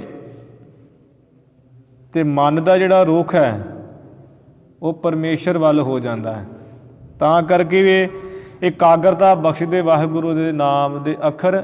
ਤਾਂ ਕਰਕੇ ਮਨ ਨੂੰ ਚਰਾਉਣ ਵਾਲੇ ਵੀ ਇਹ ਵਾਹਿਗੁਰੂ ਦੇ 4ਵੇਂ ਅੱਖਰ। 4 ਵੇਦ ਕੇ ਜਾਨਹੁ ਸਾਰ। ਫਿਰ ਜਿਹੜੇ 4 ਵੇਦ ਕਈ ਜਿਹੜੇ ਸੁੰਦਰ ਗਿਆਨ ਦੇ ਪੁਸਤਕ ਹੈ, ਭਾਵ ਉਪਨਿਸ਼ਦਾਂ। ਇੱਕ ਦੇ 4 ਵੇਦ ਸ਼ਾਮ, ਰਿਕ, ਜਜਰ, ਅਥਰਵਣ। ਅਤੇ 4 ਵੇਦਾਂ ਦਾ ਜਿਹੜਾ ਸਾਰ ਕੀ ਹੈ ਉਹ ਉਪਨਿਸ਼ਦਾਂ ਹੈ। ਵੈਦਾਂਤ, ਵੇਦ ਆਂਤ, ਜੋ ਵੇਦਾਂ ਦਾ ਅੰਤ ਹੈ ਉਹ ਕੀ ਹੈ ਗਿਆਨ। ਅਤੇ ਇਸੇ ਤਰ੍ਹਾਂ ਗਿਆਨ ਦਾ ਹੀ ਅਰਥ ਲੈ ਲਿਆ ਜਾਂਦਾ ਹੈ ਵੀ ਜਿਹੜੇ 4 ਸੁੰਦਰ ਜਿਹੜੇ ਗਿਆਨਮਈ ਧਰਮ ਗ੍ਰੰਥ ਹੈ, ਪੁਸਤਕ ਹੈ, ਫਿਰ ਉਹਨਾਂ ਦਾ ਇਹ 4 ਅੱਖਰ ਸਾਰ ਕਹੀਏ ਸਿਧਾਂਤ ਹੈ, ਸਿੱਟਾ ਹੈ, ਨਿਚੋੜ ਹੈ, ਸ੍ਰੇਸ਼ਟਤਾਈ ਬਖਸ਼ਣ ਵਾਲੇ ਹੈ। ਜਿਵੇਂ ਆਪਾਂ ਕੋਈ ਗੱਲ ਕਰੀਏ ਤਾਂ ਆਪਾਂ ਫਿਰ ਅਖੀਰੀ ਕਹਿੰਦੇ ਵੀ ਤੂੰ ਇਹ ਗੱਲ ਦਾ ਸਿੱਟਾ ਕੀ ਕੱਢਿਆ, ਸਿਧਾਂਤ ਕੀ ਕੱਢਿਆ ਹੈ। ਇਸੇ ਤਰ੍ਹਾਂ ਵਾਹਿਗੁਰੂ ਦੇ ਜਿਹੜੇ 4 ਅੱਖਰ ਸ਼ਬਦ ਦੇ ਇਹ ਸਿਧਾਂਤ ਸਾਰੇ ਧਰਮ ਗ੍ਰੰਥਾਂ ਜਿਹੜੇ ਸੁੰਦਰ ਗ੍ਰੰਥ ਉਹਨਾਂ ਦਾ ਸਿਧਾਂਤ ਹੈ 4 ਅੱਖਰ ਵਾਹਿਗੁਰੂ ਨਾਮ ਦੇ। ਵੀ ਉਹਨਾਂ ਜਿਹੜੇ ਧਰਮ ਗ੍ਰੰਥ ਹੈ ਉਹਨਾਂ ਨੂੰ ਕਿੰਨਾ ਪੜ੍ਹ ਕੇ ਅਤੇ ਫਿਰ ਜਾ ਕੇ ਸਾਧ ਸੰਗਤ ਜੀ ਸਮਝ ਆਊਗੀ ਵੀ ਉਹ ਪਰਮੇਸ਼ਰ ਦੇ ਨਾਲ ਇਕਾਗਰ ਚਿੱਤ ਹੋਣਾ ਹੈ। ਅਤੇ ਉਹ ਤਾਂ ਪੜ੍ਹਨੇ ਪਹਿਲੀ ਗੱਲ ਬਹੁਤ ਵਿਦਾਂਤ ਕਠਿਨ ਹੈ, ਸਮਝ 'ਚ ਹੀ ਨਹੀਂ ਪੈਂਦਾ ਹੈ। ਵੱਡੇ ਵੱਡੇ ਵਿਦਵਾਨਾਂ ਦੇ ਹੱਥ ਜੁੜ ਜਾਂਦੇ ਉਹ ਪੜ੍ਹਨ ਲੱਗਿਆਂ। ਅਤੇ ਪਰ ਜਿਹੜਾ ਵਾਹਿਗੁਰੂ ਨਾਮ ਹੈ ਕੋਈ ਅਨਪੜ੍ਹ ਵੀ ਜਪ ਸਕਦਾ ਹੈ ਅਤੇ ਜਪੇਗਾ ਧਿਆਨ ਲਾ ਕੇ, ਅਤੇ ਉਹ ਜਿਹੜਾ ਸਿਧਾਂਤ ਹੈ ਪਰਮੇਸ਼ਰ ਸਿਧਾਂਤ ਕੀ ਹੈ ਬ੍ਰਹਮ ਗਿਆਨ, ਉਹਦੀ ਪ੍ਰਾਪਤੀ ਹੋ ਜਾਂਦੀ ਹੈ। ਐਵੇਂ ਵਾਹਿਗੁਰੂ ਜਿਹੜਾ ਨਾਮ ਹੈ 4 ਜਿਹੜੇ ਵੇਦ ਹੈ, ਇਸੇ ਤਰ੍ਹਾਂ ਸੁੰਦਰ ਜਿਹੜੇ ਧਰਮ ਗ੍ਰੰਥ ਹੈ, ਗਿਆਨਮਈ ਪੁਸਤਕ ਹੈ, ਉਹਨਾਂ ਦਾ ਸਿਧਾਂਤ ਹੈ ਵਾਹਿਗੁਰੂ ਨਾਮ। 4 ਵਰਨ ਕੋ ਹਰਨ ਵਿਕਾਰ। ਫਿਰ ਜਿਹੜੇ 4 ਵਰਨ ਹੈ ਖੱਤਰੀ, ਬ੍ਰਾਹਮਣ, ਸੂਦ, ਵੈਸ, ਇਹ 4 ਵਰਨ ਹੈ। ਇਹ 4 ਵਰਨਾਂ ਦੇ ਜਿਹੜੇ ਵਿਕਾਰ ਹੈ, ਦੋਸ਼, ਐਬ ਹੈ, 4 ਵਰਨਾਂ ਵਿੱਚ ਰਹਿਣ ਵਾਲਿਆਂ ਦੇ ਦੋਸ਼ਾਂ ਨੂੰ, ਵਿਕਾਰਾਂ ਨੂੰ ਹਰਨ ਵਾਲਾ ਵਾਹਿਗੁਰੂ ਦਾ ਨਾਮ ਇਹ 4 ਅੱਖਰ।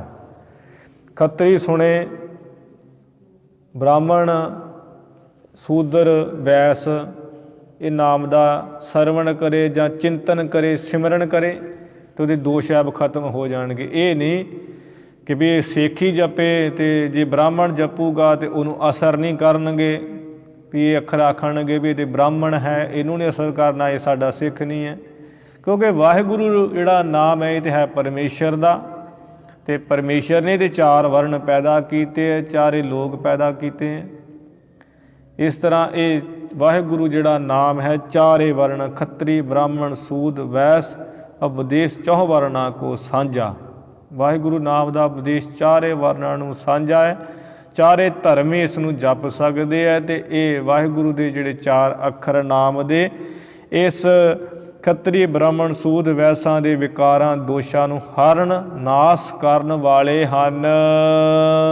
4 ਜੋ ਆਸ਼ਰਮ ਸੁਖਦ ਆਚਾਰ। ਫਿਰ ਜਿਹੜੇ 4 ਆਸ਼ਰਮ ਹੈ, ਇੱਕ ਬ੍ਰਹਮਚਰਜ, ਇਹ ਧਰਮ ਗ੍ਰੰਥਾਂ ਨੇ 4 ਹਿੱਸਿਆਂ 'ਚ ਜ਼ਿੰਦਗੀ ਨੂੰ ਵੰਡਿਆ ਹੈ। ਕਿਉਂਕਿ ਕਲਯੁਗ ਦੀ ਜਿਹੜੀ ਉਮਰ ਹੈ ਜੀਵ ਦੀ ਲਿਖੀ 100 ਸਾਲ, ਅਤੇ 4 ਆਸ਼ਰਮਾਂ 'ਚ ਜ਼ਿੰਦਗੀ ਵੰਡੀ ਹੈ ਵੀ 25 ਸਾਲ ਤੱਕ ਮਨੁੱਖ ਬ੍ਰਹਮਚਰਜ ਰੱਖੇ। ਭਾਵ ਆ ਕੱਛ ਕਛਹਿਰੇ ਦਾ ਜਤੀ ਸਤੀ ਹੋਵੇ, ਅਤੇ ਜਤੀ ਸਤੀ ਰਹਿ ਕੇ ਭਾਵ ਵਿਕਾਰਾਂ ਤੋਂ ਰਹਿਤ ਹੋ ਕੇ ਅਤੇ ਬ੍ਰਹਮ ਵਿਦਿਆ ਪੜ੍ਹੇ, ਆਪਣੇ ਗੁਰੂ ਪਰਮੇਸ਼ਰ ਦਾ ਗਿਆਨ ਲਵੇ, ਬ੍ਰਹਮ ਵਿਦਿਆ ਧਰਮ ਗ੍ਰੰਥ ਪੜ੍ਹੇ। 25 ਤੋਂ 50 ਸਾਲ ਸ਼ਾਦੀ ਗ੍ਰਹਿਸਥ ਜੀਵਨ ਅਪਣਾਵੇ, ਗ੍ਰਹਿਸਥ ਆਸ਼ਰਮ। 50 ਸਾਲ 25 ਤੋਂ 50 ਸਾਲ ਭਾਵ ਸ਼ਾਦੀ ਕਰੇ। 25 ਸਾਲ ਤੋਂ ਬਾਅਦ ਸ਼ਾਦੀ ਕਰਕੇ ਫਿਰ ਬੱਚਿਆਂ ਦਾ ਜਿਹੜਾ ਕੋਈ ਪੜ੍ਹਾਈ ਲਿਖਾਈ ਉਹਨਾਂ ਨੂੰ ਪੈਰਾਂ ਸਿਰ ਖੜਾ ਕਰਨਾ ਉਹ ਕਰੇ। ਅਤੇ 50 ਤੋਂ 75 ਸਾਲ ਬਾਣ ਪ੍ਰਸਤੀ ਹੋ ਜੇ। ਇੱਕ ਤਾਂ ਸਿੱਧਾ ਜਿਹਾ ਅਰਥ ਵੀ ਜੰਗਲਾਂ ਨੂੰ ਚਲਿਆ ਜਾਵੇ। ਸਿੱਖ ਧਰਮ ਮੁਤਾਬਕ ਇਵੇਂ ਹੈ ਵੀ ਬਾਣ ਪ੍ਰਸਤੀ ਰਵੇ, ਘਰ ਵਿੱਚ ਜਿਹੜਾ ਐਵੇਂ ਬਹਿ ਜੇ ਜਿਵੇਂ ਜੰਗਲ ਵਿੱਚ ਕੋਈ ਇਕੱਲਾ ਬੈਠਾ ਹੁੰਦਾ ਹੈ ਅਤੇ ਉਹ ਕੋਈ ਕਿਸੇ ਨਾਲ ਗੱਲਬਾਤ ਨਹੀਂ ਕਰਦਾ, ਇੰਨੀ ਬਹੁਤਾ ਦਖਲ ਅੰਦਾਜ਼ੀ ਨਹੀਂ ਕਰਦਾ। ਜੰਗਲ 'ਚ ਬੈਠਾ ਕਿਹੜਾ ਕਿਸ ਨੂੰ ਕਵੇਗਾ ਕੌਣ ਕੀ ਕਰ ਰਿਹਾ ਹੈ। ਇਵੇਂ ਘਰ ਵਿੱਚ ਬੈਠਿਆਂ ਹੋਇਆ ਬਾਣ ਪ੍ਰਸਤੀ ਹੋ ਜੇ, ਭਾਵ ਛੱਡ ਦੇ ਜ਼ਿੰਮੇਵਾਰੀਆਂ। 25 ਤੋਂ 50 ਸਾਲ ਬਥੇਰਾ ਕੁਝ ਕਰ ਲਿਆ, ਮੁੜ ਕੇ 50 ਤੋਂ 75 ਤੱਕ ਨਾ ਰੌਲਾ ਪਾਵੇ ਕੋਈ। ਥੋੜ੍ਹਾ ਬਹੁਤਾ ਜੇ ਕੋਈ ਵਿਗਾੜ ਕਰ ਰਹੇ ਹੈ ਤਾਂ ਉਹਨਾਂ ਨੂੰ ਕਹਿ ਦੇ ਘਰ ਵਾਲੇ ਪੁੱਤਾਂ ਧੀਆਂ ਨੂੰ, ਪਰ ਵੱਧ ਨਾ ਬੋਲੇ। ਇਹ ਨਹੀਂ ਬੋਲ ਕੇ ਆਪਣੀ ਉਹ ਇੱਜ਼ਤ ਲਵਾਉਂਦਾ ਰਹੇ। ਇਵੇਂ 75 ਸਾਲ ਤੱਕ ਬਾਣ ਪ੍ਰਸਤੀ ਹੋਵੇ। 75 ਤੋਂ 100 ਸਾਲ ਤੱਕ ਰਹਿੰਦੀ ਜਿਹੜੀ ਜ਼ਿੰਦਗੀ ਸੰਨਿਆਸ ਆਸ਼ਰਮ, ਭਾਵ ਇੱਕ ਤਾਂ ਹੈ ਵੀ ਤਿਆਗੀ ਹੋਣਾ, ਬਿਲਕੁਲ ਤਿਆਗੀ ਹੋ ਜਾਣਾ। ਜੰਗਲ ਦੇ ਵਿੱਚ ਬਿਲਕੁਲ ਤਿਆਗੀ ਹੋਣਾ, ਭੋਜਨ ਪ੍ਰਸ਼ਾਦੇ ਆਦਿ ਤਿਆਗ ਕਰ ਦੇਣੀ, ਛੱਤ ਦਾਦ ਵੀ ਛੱਤ ਥੱਲੇ ਵੀ ਨਹੀਂ ਰਹਿਣਾ। ਅਤੇ ਇਸ ਗ੍ਰਹਿਸਥ ਧਰਮ ਅਤੇ ਆਪਣੇ ਸਿੱਖ ਧਰਮ ਮੁਤਾਬਕ ਸੰਨਿਆਸੀ ਕਿ 75 ਤੋਂ 100 ਸਾਲ ਤੱਕ ਨਾਮ ਦੀ ਕਮਾਈ ਐਸੀ ਕਰੇ ਕਿ ਬਿਲਕੁਲ ਨਾ ਦਖਲ ਅੰਦਾਜ਼ੀ ਘਰ ਵਿੱਚ ਕਰੇ। ਕੋਈ ਮਰੇ ਕੋਈ ਜੀਵੇ, ਕੋਈ ਹੱਸੇ ਕੋਈ ਰੋਵੇ, ਬਿਲਕੁਲ ਹੀ ਨਾ ਬੋਲੇ, ਕਿਉਂਕਿ ਉਹਦੇ 'ਤੇ ਕੋਈ ਵੈਸੇ ਵੀ ਨਹੀਂ ਸੁਣਦਾ ਹੈ। ਅਤੇ ਨਾਮ ਦੀ ਕਮਾਈ ਕਰੇ, ਬਿਲਕੁਲ ਹੀ ਤਿਆਗੀ ਹੋ ਜੇ ਸਾਧ ਸੰਗਤ ਜੀ। ਪ੍ਰਸ਼ਾਦੇ ਨਾਲ ਮਤਲਬ ਰੱਖੇ, ਮਿਲ ਗਿਆ ਖਾ ਲਿਆ, ਵੱਧ ਨਾ ਬੋਲੇ। ਨਹੀਂ ਤਾਂ ਸਾਡੀ ਤਾਂ ਜ਼ਿੰਦਗੀ ਇਹੋ ਜਿਹੀ ਹੈ 75 ਤੋਂ 100 ਸਾਲ ਤੱਕ ਹੋ ਜਾਂਦੇ ਹਾਂ। ਮਰਨ ਦੇ ਕੰਢੇ 'ਤੇ ਅਸੀਂ ਬਜ਼ੁਰਗ ਆਏ ਹੁੰਦੇ ਹਾਂ, ਪਰ ਅਸੀਂ ਰੋਂਦੇ ਰਹਿੰਦੇ ਹਾਂ, ਫਲਾਣਾ ਕੰਮ ਵਿਗੜ ਗਿਆ, ਧਿੰਗਾਣਾ ਕੰਮ ਵਿਗੜ ਗਿਆ। ਕੀ ਹਾਲਤ ਹੋ ਰਹੀ ਬਜ਼ੁਰਗਾਂ ਦੀ ਘਰਾਂ ਵਿੱਚ ਵੇਖੀਏ ਜਾ ਕੇ। ਕੋਈ ਉਹਨਾਂ ਨੂੰ ਪੁੱਛਦਾ ਨਹੀਂ ਹੈ ਸਾਡੇ ਵਰਗਾ, ਅਤੇ ਪਰ ਉਹ ਦੁਖੀ ਵਿਚਾਰੇ ਫਿਰ ਵੀ ਹੋਈ ਜਾਂਦੇ, ਭਾਵੇਂ ਕੋਈ ਪੁੱਛੇ ਨਾ ਪੁੱਛੇ, ਫਿਰ ਵੀ ਪਰਿਵਾਰ 'ਤੇ ਮਰ ਰਹੇ ਹੈ। ਪਰ ਉਹ ਮਤਲਬ ਤਿਆਗ ਨਹੀਂ ਕਰਦੇ। ਤਿਆਗ ਨਾ ਕਰਨੇ ਕਰਕੇ ਸਾਧ ਸੰਗਤ ਜੀ ਦੁੱਖ ਹੈ। ਜੇ ਤਿਆਗ ਕਰ ਦੇਣ, ਕਹਿਣ ਵੀ ਮਹਾਰਾਜ ਜਿਹੜਾ ਹੁਣ ਸਾਡਾ ਫਰਜ਼ ਸੀ ਉਹ ਕਰ ਦਿੱਤਾ, ਇਹਨਾਂ ਨੂੰ ਪੈਰਾਂ ਸਿਰ ਖੜਿਆ ਕੀਤਾ, ਵਿਆਹ ਸ਼ਾਦੀ ਕਰ ਦਿੱਤੀ, ਹੁਣ ਸਾਡਾ ਕੀ ਕੰਮ ਇਹਨਾਂ ਨੂੰ ਕਹਿਣ ਦਾ, ਰੋਟੀ ਪਾਣੀ ਖਾਣ ਅਤੇ ਸ਼ਾਂਤ ਰਹਿਣ। ਪਰ ਨਹੀਂ ਰਿਹਾ ਜਾਂਦਾ, ਉਹ ਮਨ ਦੇ ਜਿਹੜੇ ਸੰਸਕਾਰ ਮੋਹ ਵਾਲੇ ਨਹੀਂ ਛੁੱਟਦੇ। ਅਤੇ ਇਹ ਜਿਹੜੇ ਵਾਹਿਗੁਰੂ ਨਾਮ ਦੇ ਸਾਧ ਸੰਗਤ ਜੀ 4 ਅੱਖਰ ਹੈ, ਇਹ ਜਿਹੜੇ 4 ਆਸ਼ਰਮ ਜਿਹੜੇ ਆਪ ਜੀ ਨੂੰ ਦੱਸੇ ਹੈ, 4ਵੇਂ ਆਸ਼ਰਮਾਂ ਵਿੱਚ ਹੀ ਜਿਹੜਾ ਵਾਹਿਗੁਰੂ ਨਾਮ ਨੂੰ ਜਪੇਗਾ, ਆਚਾਰ ਕਹੀਏ ਧਾਰਨ ਕਰੇਗਾ, ਉਹਨੂੰ ਸੁੱਖ ਦੇਣ ਵਾਲੇ ਹੈ। ਭਾਵੇਂ ਕੋਈ ਬ੍ਰਹਮਚਰਜ 'ਚ 25 ਸਾਲ ਤੱਕ ਛੋਟੀ ਉਮਰ ਤੋਂ ਜਪਣਾ ਸ਼ੁਰੂ ਕਰੇ ਤਾਂ ਵੀ ਸੁੱਖ ਦੇਣ ਵਾਲੇ ਆ ਵਾਹਿਗੁਰੂ ਨਾਮ। ਗ੍ਰਹਿਸਥ ਧਰਮ 'ਚ ਜਪੇ ਤਾਂ ਵੀ ਸੁੱਖ ਦੇਣ ਵਾਲਾ ਹੈ। ਬਾਣ ਪ੍ਰਸਤੀ ਭਾਵ ਜਦੋਂ ਬਿਲਕੁਲ ਨਹੀਂ ਆ, ਘਰ ਵਿੱਚ ਕੋਈ ਦਖਲ ਅੰਦਾਜ਼ੀ ਕਰਨੀ, ਉਦੋਂ ਜਪੇ ਤਾਂ ਵੀ ਸੁੱਖ ਦੇਣ ਵਾਲਾ ਹੈ। ਅਤੇ ਰਹਿੰਦੀ ਜ਼ਿੰਦਗੀ 'ਚ ਜਪੇ ਤਾਂ ਉਹ ਤਾਂ ਹੋਰ ਹੀ ਸੁੱਖ ਦੇਣ ਵਾਲਾ ਹੈ। ਜਿਹੜਾ ਵਾਹਿਗੁਰੂ ਦੇ ਆਸਰੇ ਰਹਿੰਦਾ ਉਹਨੂੰ ਕੋਈ ਦੁੱਖ ਨਹੀਂ ਹੈ, ਬਜ਼ੁਰਗ ਨੂੰ ਵੀ। ਇਸੇ ਤਰ੍ਹਾਂ ਜਿਹੜੇ 4 ਆਸ਼ਰਮ ਆਪ ਜੀ ਨੂੰ ਗਿਣਾਏ ਦੱਸੇ ਹੈ, ਇਹਨਾਂ ਵਿੱਚ ਆਚਾਰ ਕਹੀਏ ਜ਼ਿੰਦਗੀ ਦਾ, ਸਹੀ ਜ਼ਿੰਦਗੀ ਦਾ ਬਸਰ ਕਰਨ ਵਾਲੇ, ਬਸਰ ਕਰਨ ਦਾ ਤਰੀਕਾ ਦੱਸਣ ਵਾਲੇ ਅਤੇ ਸੁੱਖ ਦੇਣ ਵਾਲੇ ਵਾਹਿਗੁਰੂ ਨਾਮ ਦੇ 4 ਅੱਖਰ। ਇਸ ਕਰਕੇ ਇਹ 4 ਅੱਖਰ ਜਿਹੜੇ ਵਾਹਿਗੁਰੂ ਨਾਮ ਦੇ ਹੈ ਭਾਈ, ਇਹਨਾਂ ਦੀ ਕਮਾਈ ਜਿੰਨਾ ਚਿਰ ਜ਼ਿੰਦਗੀ ਉਹ ਕਰਨੀ ਚਾਹੀਦੀ ਹੈ, ਜਿਸ ਕਰਕੇ ਸਾਡਾ ਸਾਧ ਸੰਗਤ ਜੀ ਭਲਾ ਹੋ ਸਕਦਾ ਹੈ। ਇਹ ਵਾਹਿਗੁਰੂ ਨਾਮ ਦੀ ਜਿਹੜੀ ਵਿਸ਼ੇਸ਼ਤਾ ਹੈ, ਉੱਚਤਾਈ ਹੈ, 4ਵੇਂ ਯੁੱਗਾਂ ਦੀ ਭਗਤੀ ਨਾਲੋਂ ਉਹ ਕਵੀ ਸਾਹਿਬ ਜੀ ਨੇ ਸਾਧ ਸੰਗਤ ਜੀ ਬੜੇ ਵਿਸਥਾਰ ਸਹਿਤ ਨਿਰਣਾ ਕਰ ਕਰਕੇ ਸਾਨੂੰ ਸਰਵਣ ਕਰਾ ਰਹੇ ਹੈ। ਆਪਾਂ ਜਿੰਨੀ ਕੁ ਸਮਝ ਪੈ ਰਹੀ ਆਪਾਂ ਸਰਵਣ ਕਰ ਰਹੇ ਹਾਂ। ਅੱਗੇ ਹੋਰ ਨਾਮ ਦੀ ਮਹਾਨਤਾ ਕਵੀ ਸਾਹਿਬ ਜੀ ਜਿਵੇਂ ਦੱਸ ਰਹੇ ਹੈ, ਸੁਣਾ ਰਹੇ ਹੈ, ਕਾਵਿ ਦੇ ਨਿਯਮਾਂ ਵਿੱਚ ਛੰਦਾਬੰਦੀ ਕਰਕੇ ਆਪਾਂ ਕੱਲ੍ਹ ਦੇ ਦੀਵਾਨਾਂ ਵਿੱਚ ਸਰਵਣ ਕਰਾਂਗੇ। ਹੁਣ ਸਮਾਂ ਤਕਰੀਬਨ ਪੂਰਾ ਹੋ ਗਿਆ ਹੈ। ਧੰਨ ਧੰਨ ਸ੍ਰੀ ਗੁਰੂ ਗ੍ਰੰਥ ਸਾਹਿਬ ਜੀ ਮਹਾਰਾਜ। ਗੁਰੂ ਕੀ ਸੰਗਤ ਬਖਸ਼ਣਾ ਰਹਿ ਬਖਸ਼ ਲੈਣਾ ਜੀ। ਭੁੱਲਾਂ ਚੁੱਕਾਂ ਦੀ ਖਿਮਾ, ਵਿਚਾਰਾਂ ਦੀ ਸਮਾਪਤੀ ਕਰੀਏ ਜੀ। ਅੱਖਰ ਮਧੁਰ ਮਨੋਹਰ ਚਾਰ, ਚਾਰ ਵੇਦ ਕੇ ਜਾਨੋ ਸਾਰ, ਚਾਰ ਬਰਨ ਕੋ ਹਰਨ ਵਿਕਾਰ, ਚਾਰ ਜੋ ਆਸ਼ਰਮ ਸੁਖਦ ਅਚਾਰ। ਵਾਹਿਗੁਰੂ ਜੀ ਕਾ ਖਾਲਸਾ, ਵਾਹਿਗੁਰੂ ਜੀ ਕੀ ਫਤਿਹ। ਹੈ ਅਚੁੱਤ ਹੈ ਪਾਰ ਬ੍ਰਹਮ, ਅਬਿਨਾਸੀ ਅਗਨਾਸ, ਹੈ ਪੂਰਨ ਹੈ ਸਰਬ ਮੈਂ, ਦੁਖ ਭੰਜਨ ਗੁਣਤਾਸ, ਹੈ ਸੰਗੀ ਹੈ ਨਿਰੰਕਾਰ, ਹੈ ਨਿਰਗੁਣ ਸਭ ਟੇਕ, ਹੈ ਗੋਬਿੰਦ ਹੈ ਗੁਣ ਨਿਧਾਨ, ਜਾ ਕੈ ਸਦਾ ਵਿਵੇਕ, ਹੈ ਅਪਰੰਪਰ ਹਰਿ ਹਰਿ, ਹੈ ਵੀ ਹੋਵਨ ਹਾਰ, ਹੈ ਸੰਤ ਹੈ ਕੈ ਸਦਾ ਸੰਗ, ਨਿਦਾਰਾ ਆਧਾਰ, ਹੈ ਠਾਕੁਰ ਹਉ ਦਾਸੁਰੋ, ਮੈਂ ਨਿਰਗੁਣ ਗੁਣ ਨਹੀਂ ਕੋਇ, ਨਾਨਕ ਦੀਜੈ ਨਾਮਦਾਨ, ਰਾਖੋ ਹਿਯ ਬਰੋਇ। ਆਏ ਪ੍ਰਭ ਸਰਨਾਗਤੀ, ਕਿਰਪਾ ਨਿਧ ਦਿਆਲ, ਏਕ ਅੱਖਰ ਹਰ ਮਨ ਬਸਤ, ਨਾਨਕ ਹੋਤ ਨਿਹਾਲ। ਵਾਹਿਗੁਰੂ ਨਾਮ ਜਹਾਜ ਹੈ, ਚੜ੍ਹੇ ਸੋ ਉਤਰੈ ਪਾਰ, ਜੋ ਸਰਦਾ ਕਰ ਸੇਵੰਦੇ, ਗੁਰ ਪਾਰ ਉਤਾਰਨ ਹਾਰ। ਕਥਾ ਨਿਤਾ ਬ੍ਰਤ ਹੋਤ ਹੈ, ਸੁਣੋ ਸੋ ਸਿੰਘ ਸੁਜਾਨ, ਨਾਨਕ ਗੁਰੂ ਗੋਬਿੰਦ ਸਿੰਘ ਜੀ ਸਦਾ ਕਰੇ ਕਲਿਆਣ। ਨਾਨਕ ਗੁਰੂ ਗੋਬਿੰਦ ਸਿੰਘ ਜੀ ਸਦਾ ਕਰੇ ਕਲਿਆਣ। ਵਾਹਿਗੁਰੂ ਜੀ ਕਾ ਖਾਲਸਾ, ਵਾਹਿਗੁਰੂ ਜੀ ਕੀ ਫਤਿਹ।